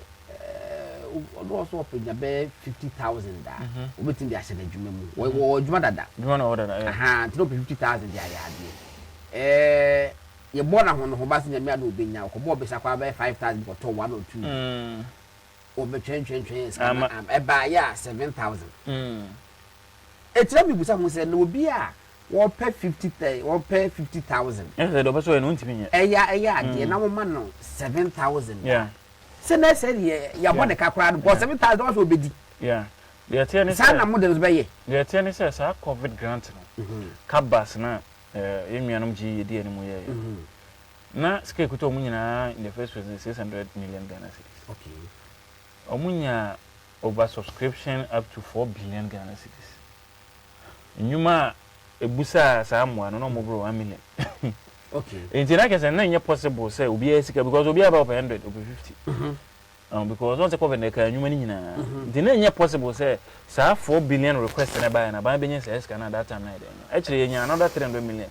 About top up almost 1 billion to disburse through sa cover support na the far furniture consolidated bank Ghana CBC. And so still you be an it means ka already. And internet is an do. But no case phase 2 GF will be a portal and 31st December the close year.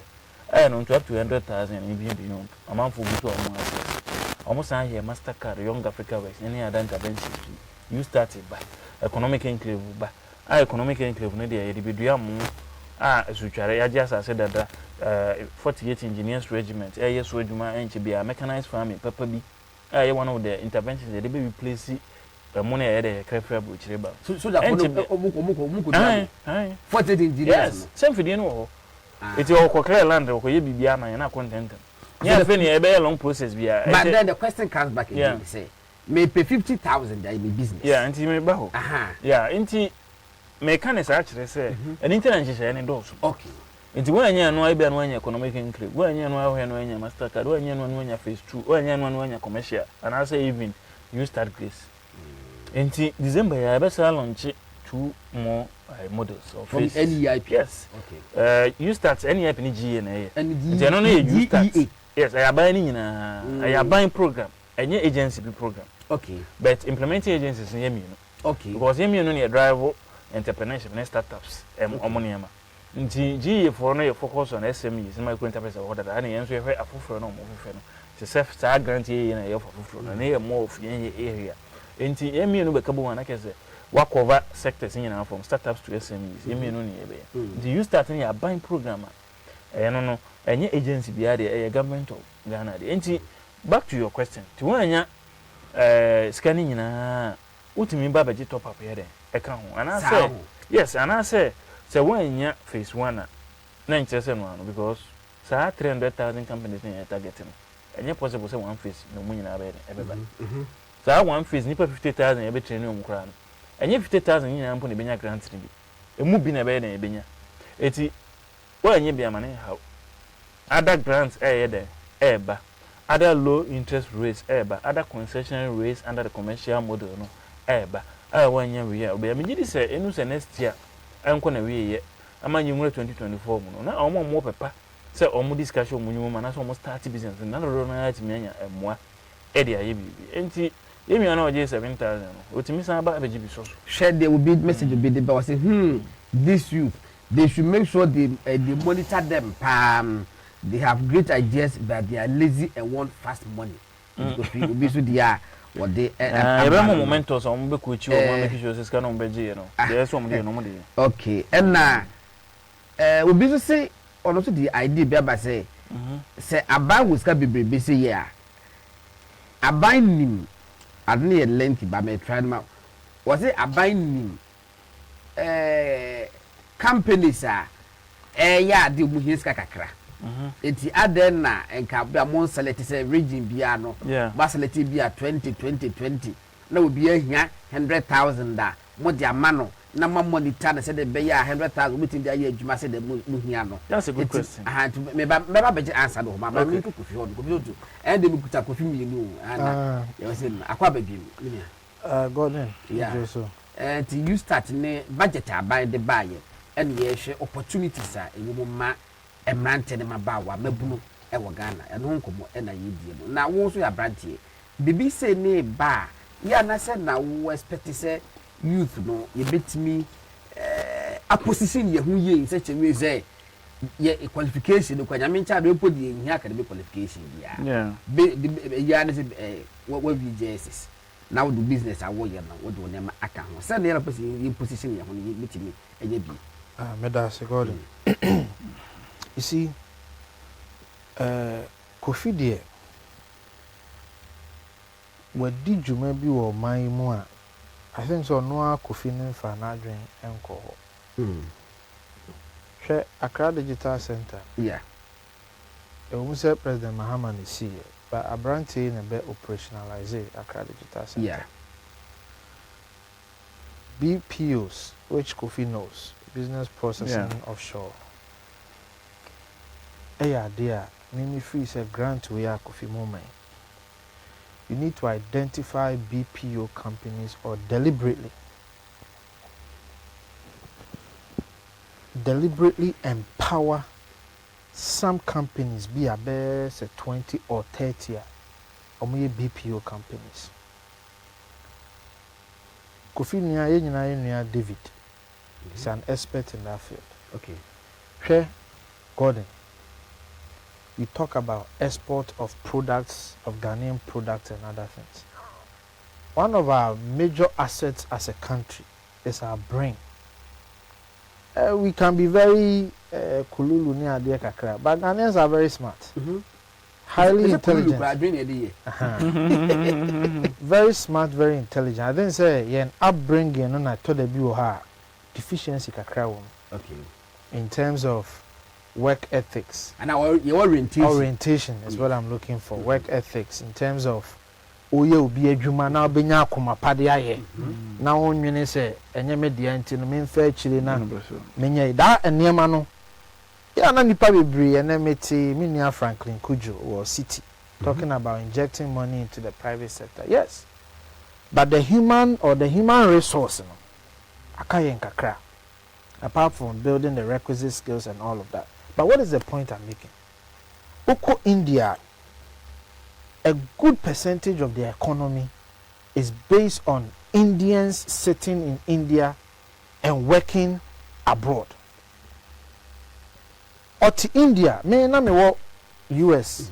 I was a workforce intelligence analyst in data analysis, Oracle databases and all of that stuff.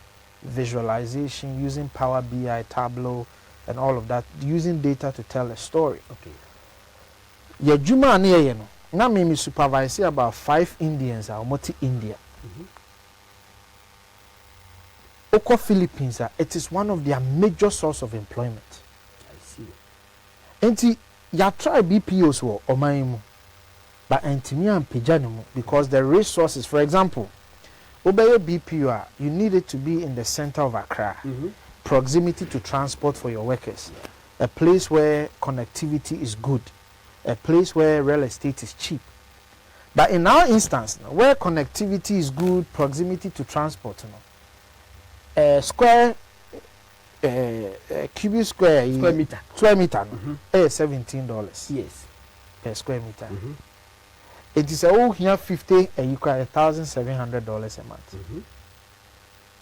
Just space. Into when you baba hosono. Na space crack keke no run on the oho. And our margins ninsusa, so it doesn't make the business successful. Into me who say, Kofi, one thing I say me must start one of the companies, Ben. And I hear the brand in Amame.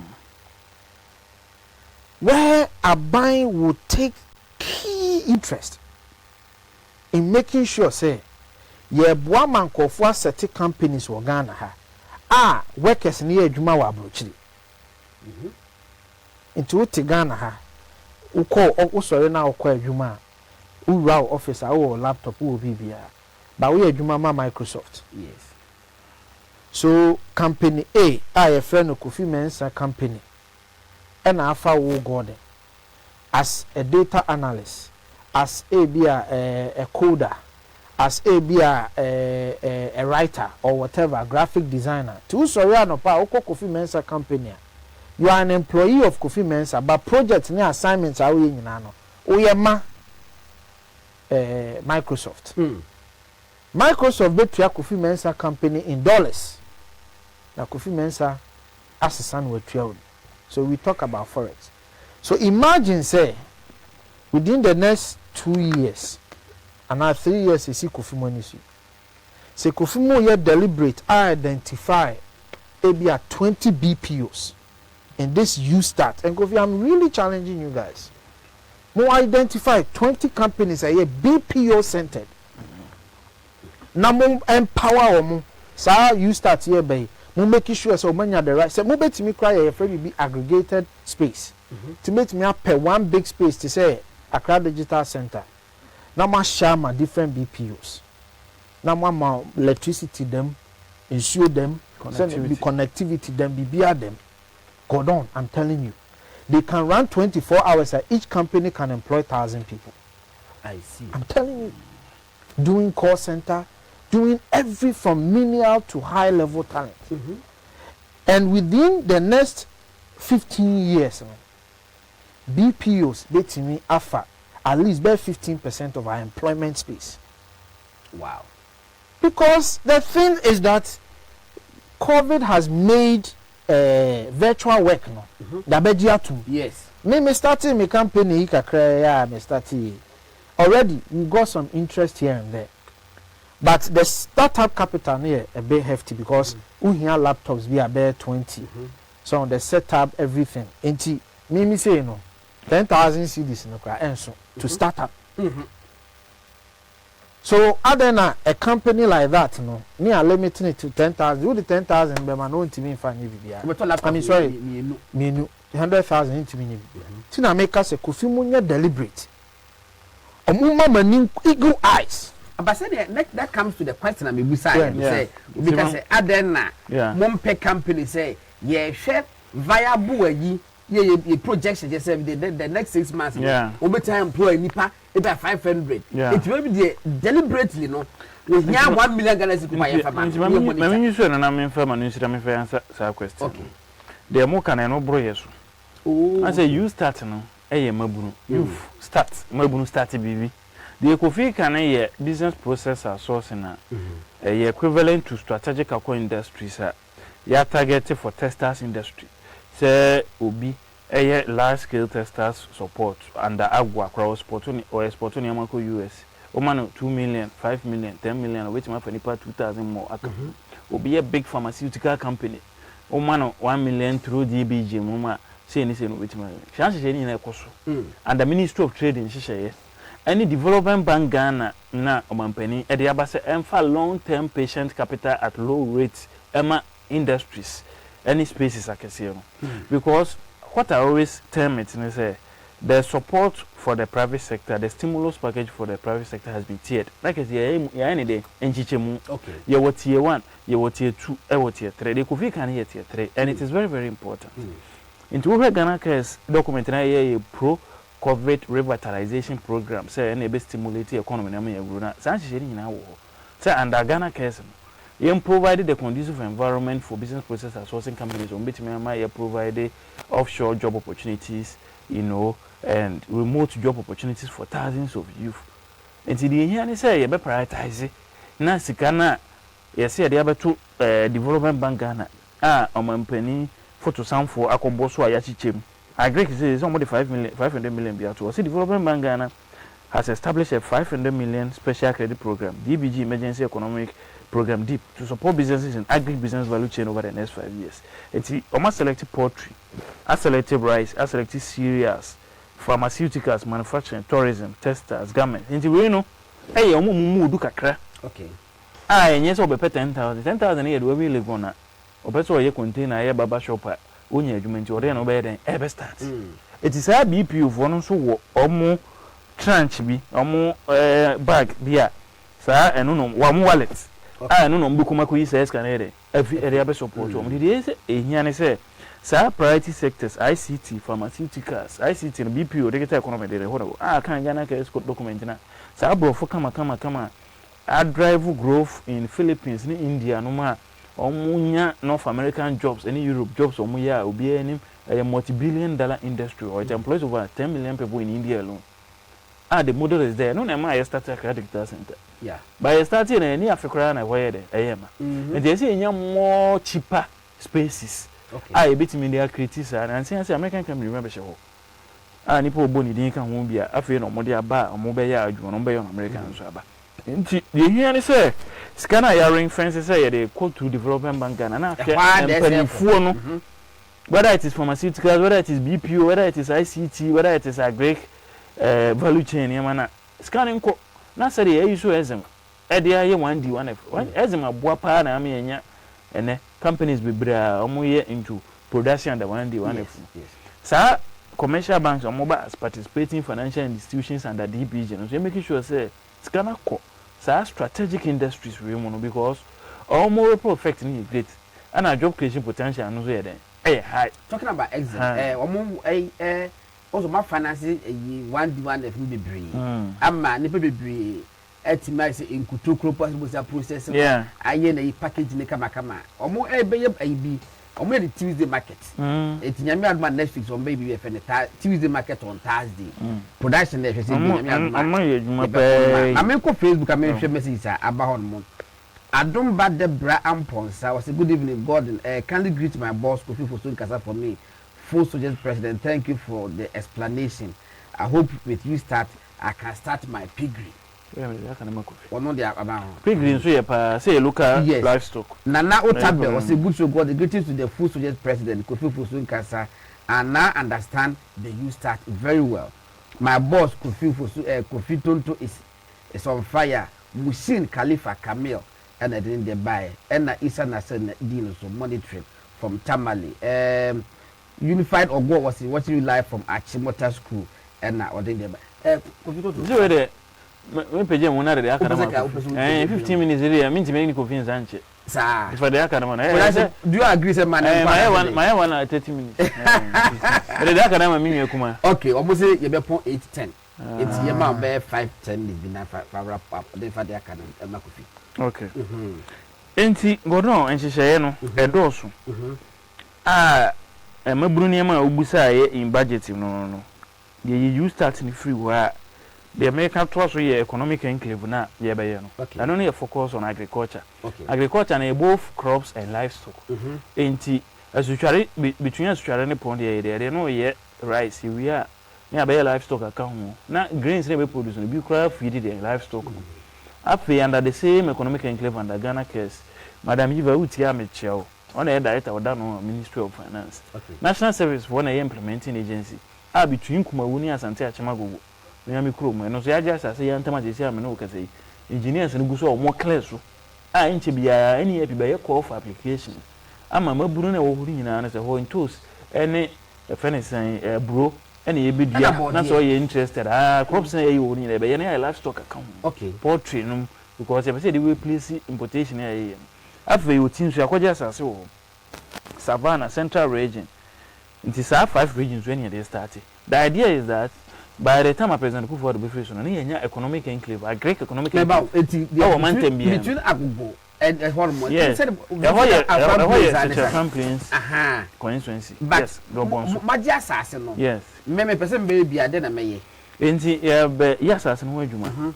Aye, near my uncle farm, obey anymore. But the answer will be a 5 acres amount. Okay. That's on our way. You provide seedlings, any support, maybe a machine in a bind the assist. Okay. Aye, Boa more commercial farming. Now, my farming are attractive to young people. Into what can I call you 5 acres or 5 acres? It has a young time at the whole. To 5 acres, and commercial farming will be now. Oh, say further than that, so sir. Names we never know what city feel with him, sir. Ecuador. Yes, Ecuador, mobile boy. Yeah. In fact, Valencia, mobile, I mean, who be that? I want the talent is just, but only say Ecuador. Ecuador for necessary lives to me and Grove. Don't boys are West Africans. Now, we share or more year or more top exports a banana. Could you? Well, on. Or more do 400 kilometers. 10 you. 400 kilometers. 400 kilometers. And the capacity to Accra is 375 kilometers. Yeah. So that's a thing that okay. Meshano make a capacity to Accra because less than 400 kilometers. 375 kilometers. About 180 miles. It's quadruphone. I'm telling you, 400 kilometers of banana. And to say free circle, Eko Kumasi, Akosi. Kumasi a Joshua Nase Tech. Quadruphone. Oh, they chum. Yeah, quadruphone. Hey, and on my mechanizing. Every week, almost sending 8 million boxes. Every week, 8 million boxes of banana. Quadruphone pro, Roba says, yeah. Now, Quadruphone, Europeans be, I believe ya. Omoji no man sense can do which. Yeah, I do things about 100 acres or something. By foreigners. By foreigners, nay. We are normal patriots can. And Gordon, media, they be American. As a communicator for this government, they be American say pound for pound. I buy beer ni wa aye juma sene. Okay. Yeah, problems were ho. So what I said now, unfortunately, no, those problems, no. Is governance problems. So there's achievement and there is governance. Achievement wise, pound for pound, aban bia ni hɔ a wayɛ adwuma right, sen yeah. I mean, Kofi for just Yeah. 2 minutes. Inti mede ma no sino. Aye, Ade a Kofi kan some model ni bia na ye be in agri-economic enclave. Okay. As he said, 110,000 hectares and starting. Okay. Me gidi se ni so mampani emfiri so na bia etimi aye be 200,000 hectares of land, arable land ye be crops a ye be replacing importation. Na asan add value process bi wo ha. Na the livestock asan ye dey aka ho na process because don't forget say chicken kwa ye import to eba krom ha no e bro $500 million afi bia say ska no say etimi e produce e process chicken wa ha na instead say bekwa kofa kokofun fre bochira ba no e twitwa mo ha ya ne de shopping malls any eco stores ne to abebo aye am ye etimi e process ka na show up your foreign exchange reserve godwin meda wasipa na mejiri say e beta aba ne ye bedi mabunu hu nkomo I oba the teacher and say no for enti Kofi Ofosu Nkansah MPP for no nyina do na for the full suggest president and do na sa for no pofu na say woni ebedi nkomo no any ERP see you no what's applications no and that ma ye bi Kofi who say on close application that day 26 December bro nyam kra enti 26 December no aye okay edem say akofun bro nyam aha enti 26 December no they say they patch call website no so me etu de bia tapes any man to the ntemu no man to the ntemu man na say be twen sala so de bi wo phone bi wo hwe TV wo tie radio eti ya na ehefa na wutie a opportunities ne ba ya say man to the ntemu dem tell say enkofo Kofi dem patrol last question yeah a party for nko ana Ghana for I say forms na boss no musa party card bia wo eti ade ye de be masika no eye adwuma abeka so de ko vocational skills awo answer on the bema say you mount 10,000 cities actually at na be ye they test what you for reasoning and answer go through basic intermediate and advanced training na say do be kan ho a contribute to a class me use am power people be adequate and be gina so this can head amount because don't forget say we say show resource nti anfa am we serious so mko business ya ni be go ase yeah so job target na dey am you ntimi nya they are rather support those who are clearly going to help create jobs than give it to Nkrofo as kan o mo dey kutwa mo mo fanya dum all right yeah that's it Kofi Katie, my name was so straight to be. God, me quickly. Party for no so yentia siema Kofi. Na yenso yenhwe say the same money say odi bibi kwa bibi a viable. So that I say because yen nua no adwuma aban de amano no adwuma ma Ghana fo nyina. Sabi o ye party ni a ye Ghana ni nti o qualify say won so benya wo de. But yenhwe say de wo de ko na ama ye nua na boa wo no Eso ginem bibi a edimu so ata se ye ma o madwuma no nyemre enti enya wadwen se wo ye party ni na sabi o wa wonim se ade a wo de koi eni nyina so bia but wo fi se wo ye party ni enti no chinchina ye ma obi dabi material posters dabi moma ye moa ye nua no na nadwuma a wo ye no enimu aban enka se ko school and all the education in the world. The aban can say pebibi bra say ye so wasene a emfaso beba na won so atimi afa onua ba ko mienu bi. Enya de edin. Enti se bi tiyo na onim yo a aban say bra 20,000 de ama wabobo wa yo tiyo wa fa nipa ba ko mienu aka ho. Ti na onim yo de na ade pamo bra na enso wasene.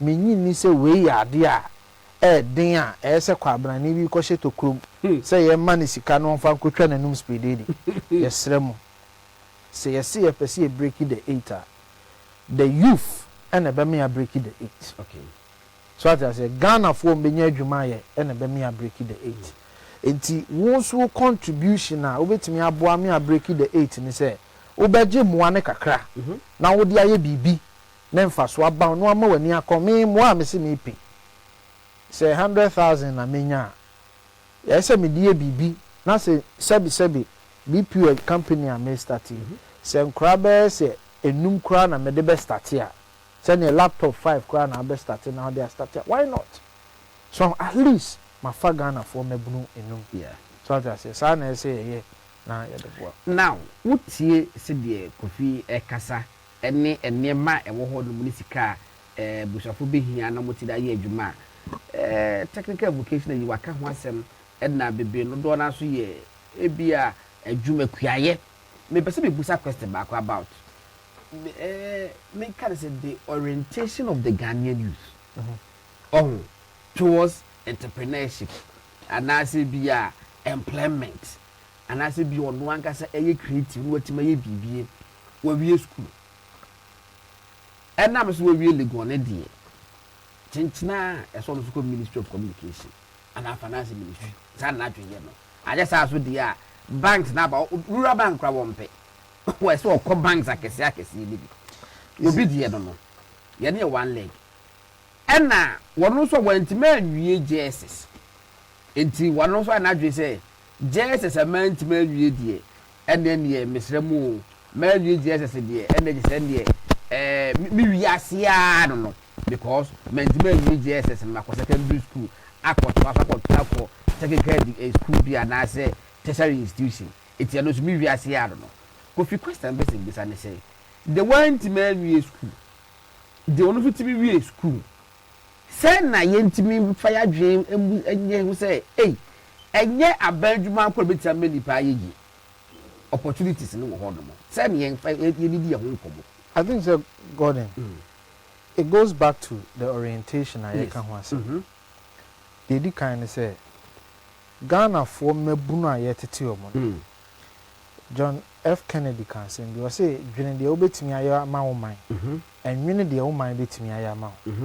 The first thing I are getting wrong, my way when say, ya training your mano, any yenuano no say, dear na abain betimi aya ma. That's the first mistake I gonna ya. And me baby a man you be drew sadie. What I say. So Accra, ye dear sheni trimu say.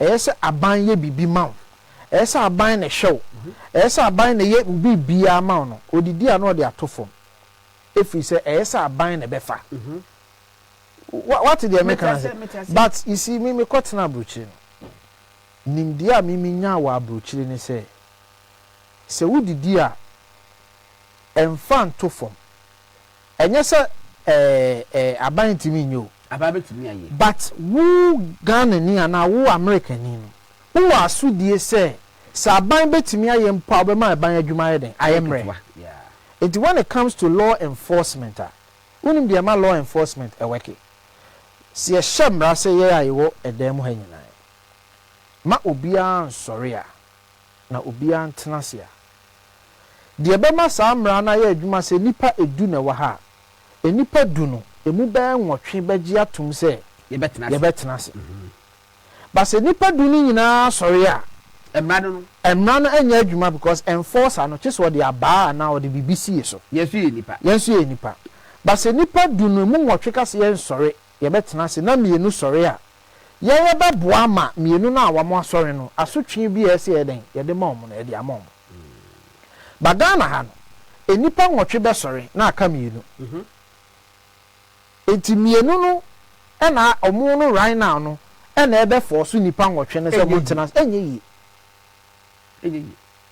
so there is a reverse in value so the point I'm making is so we read the directive principles of state or say asudie wo wu Ghana ni wo so enti wo kan bibi say enya aban kra na say be show say to tax woni say kansa constitution e kan directive principle of state policy yes wo na say wo hu say wo ye Ghana ni no asudie say wo tua eto aban de nso be ye hyehyɛ ya man to tua no ayemre ne ade fine but wo asudi ti me kan kwesi say sadie no that orientation no and feed into our society say sabi obi a civil servant no kotena sesa or ye adwuma as adwuma na o ya ye tua ne ka no or ya cha obi ana obi or ya obi favor obi a politician na ma no tumi a or ye bibia ofi say ono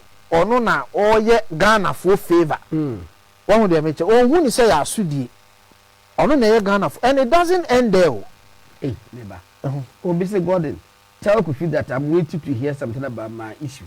What issue? Documentation.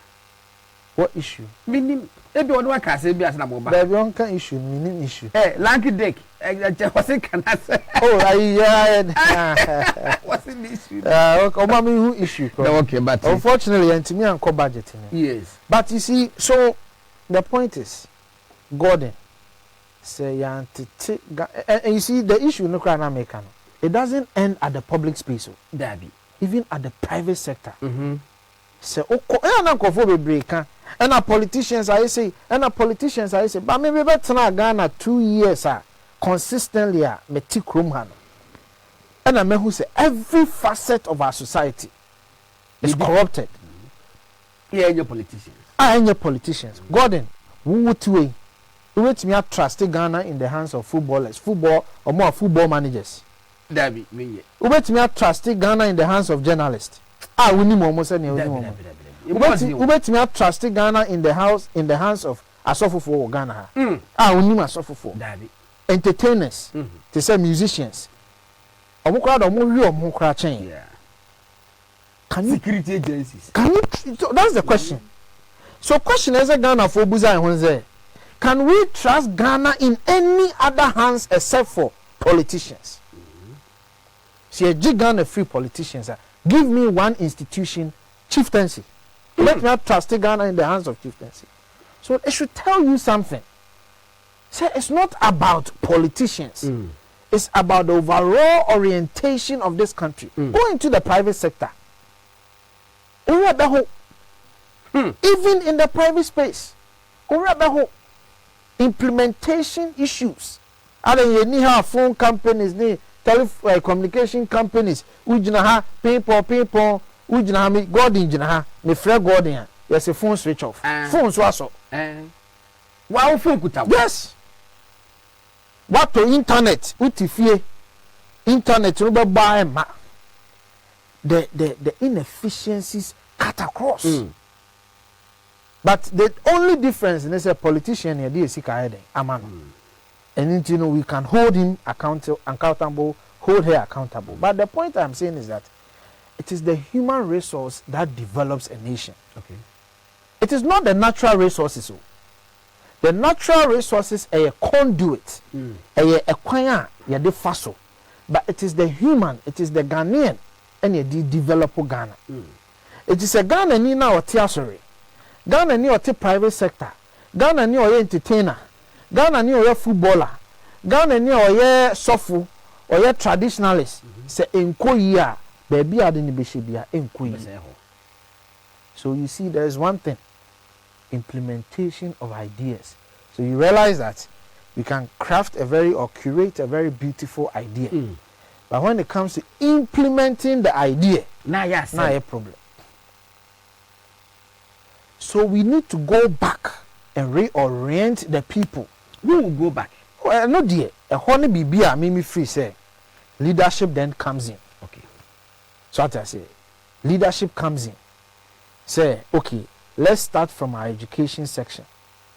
And krana banadine betimi how do we reorient them? Over the educhum see develop. I think na pokra time started redesigning the curriculum. They will learn collaborative skills, project management skills, and all. But we need a leader who will come in and say, you know what? The orientation of the Ghanaian, the fabric of the Ghanaian ought to change.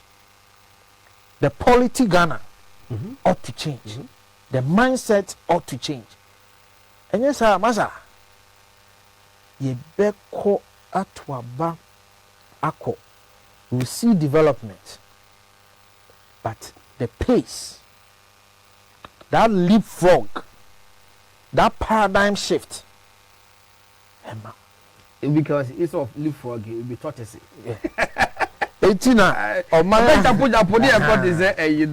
Gordon, just to give you statistics. Yes, just 5 minutes. 5 minutes. Remember, just one statistics. Unim say Ghana.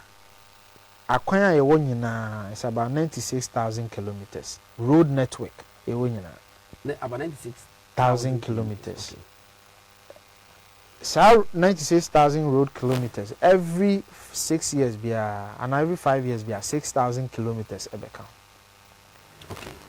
So that I say. Until aban we buy no e beka. The last estimator or more qualified to make sure say bia konko is about 96,000. A would do a more trouble or in fair conditions about 36,000. Everyone's about roughly 40,000. we still have about 60,000 kilometers of roads any more trouble. Or in poor condition. Aban way by, why the most roads in the history of any government, in the Fourth Republic or even the history of Ghana. Aban way are quite sinobia. Kofi the creative more. The difference there any penny is Kofi expanded the road network. WT. Near we see our 96,000 kilometers road network. Tamako for buy or the 30,000 kilometers of road network in the back. Okay. Meaning say or tre chronim, or tre mining, or pipe acquire it to baby by a nyekwano. So there's a difference between the network. Equine made by is part of road network, but it's not necessarily more trouble. Yeah. It's in a poor condition. So you beer or mining more, Kofi na bay or are they 30,000 kilometers? But say equine asphalt or bitumen, the Kofi has done the most. About almost 11,000 kilometers. They move 4,800. A newly constructed roads. Okay. The Akane re-graveling, re-maintenance, one, you know, become 11,000. But Gordon, the last 6 years, near 4,800 new roads. What does that mean? We are averaging just about 1,000, less than 1,000 kilometers a year. So tell me, when are you going to finish the 60,000 kilometers now? 60,000. So we have 60,000 years and because year be about 1,000. Yeah, so year be about 1,000. You need about 60 years to close your. And remember, the wire can no say. What's happening? Re-graveling, re-maintenance, near the end of all. It's a slow pace. That's the thing. It is a per se. We develop it now. Leapfrog here. You ought to come up with a paradigm shift. Bibia, you bet me a year, be 6,000 kilometers a year. To say China. China does 6,000 kilometers a year. It in 20 years, you know, they did about 120,000 kilometers of roads in China. So if we want to really develop our road sector, otherwise, about PN at the current stage and strategy, about PN ho bet me Ghana coin. So what am Ghana Nina and TSSR? No, or soon or boy gadro. Sa banya me kwan. Maza. The rate I hear come. About PN bet me Ghana coin. A kufuad with Juma Wayano. I'm telling you, in the road sector, unprecedented. You buy 13 interchanges. 13 interchanges and overpasses. See we swam roundabout na ye be no ka ho a. Any other ones we ka ho a. We will be at 21 interchanges and overpasses under this government. Unprecedented. Yeah. Me fa some roundabout one. Me try roundabout me me na chance in the no more yeah. So they are bringing almost setting up Wesley School in West School. The West Coast, I feel almost said that. Construction is not just hitting the ground; it's about setting up, bringing machinery, employing people, and some of human class starting. So on the mission. Yes, a very necessary. So, Gordon, I'm saying all of these things to say, I buy we are a juma, but a juma da mine anymore. See, you start a man a year. It is not just.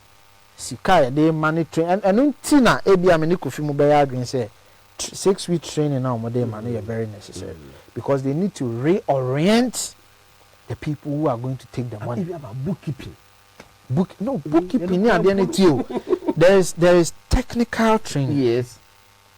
And your capacity building. Nipa will bring him the difference. There's technical training, there's capacity building, and then there are what we call soft skills. Yeah. A honor orientation of the mind is there.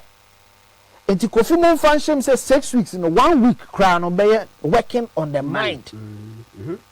Working on the mind. Who is a Ghanaian? Why are you a Ghanaian? What is your role as a Ghanaian? Why are we giving you this money? Why must you succeed?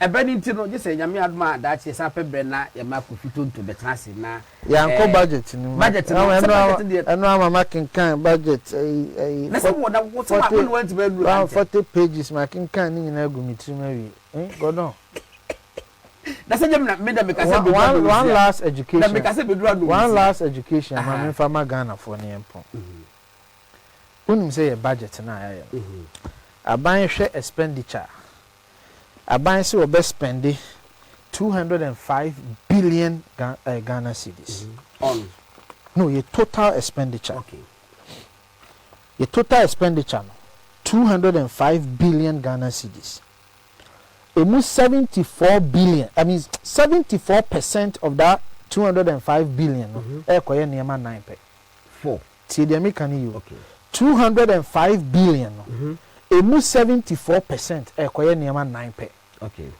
which is 151 billion ekoye niema 9 pe 1 public sector workers adwumayefo akatua 45 billion and ekutua omoka 45 billion interest payment bosin ayabo ayesa ban twa ho nsi ho emu 52 billion and ekutua wow so bosin ayabo ho nsi ho no nkwa na 52 is the highest of our expenditure line items no is the highest. The next one capital expenditure akwan yesi school ni ade 27 billion. The next one energy sector say yes so kanea ma ne or how are you komu nyina still enya kanea 26 billion. Inti aka say 53 billion eno ne de ye niam aka wo Ghana. So 74% of our revenue is going to just 4 items. 26% na aka eno ne de ye de aka nyina. Okay.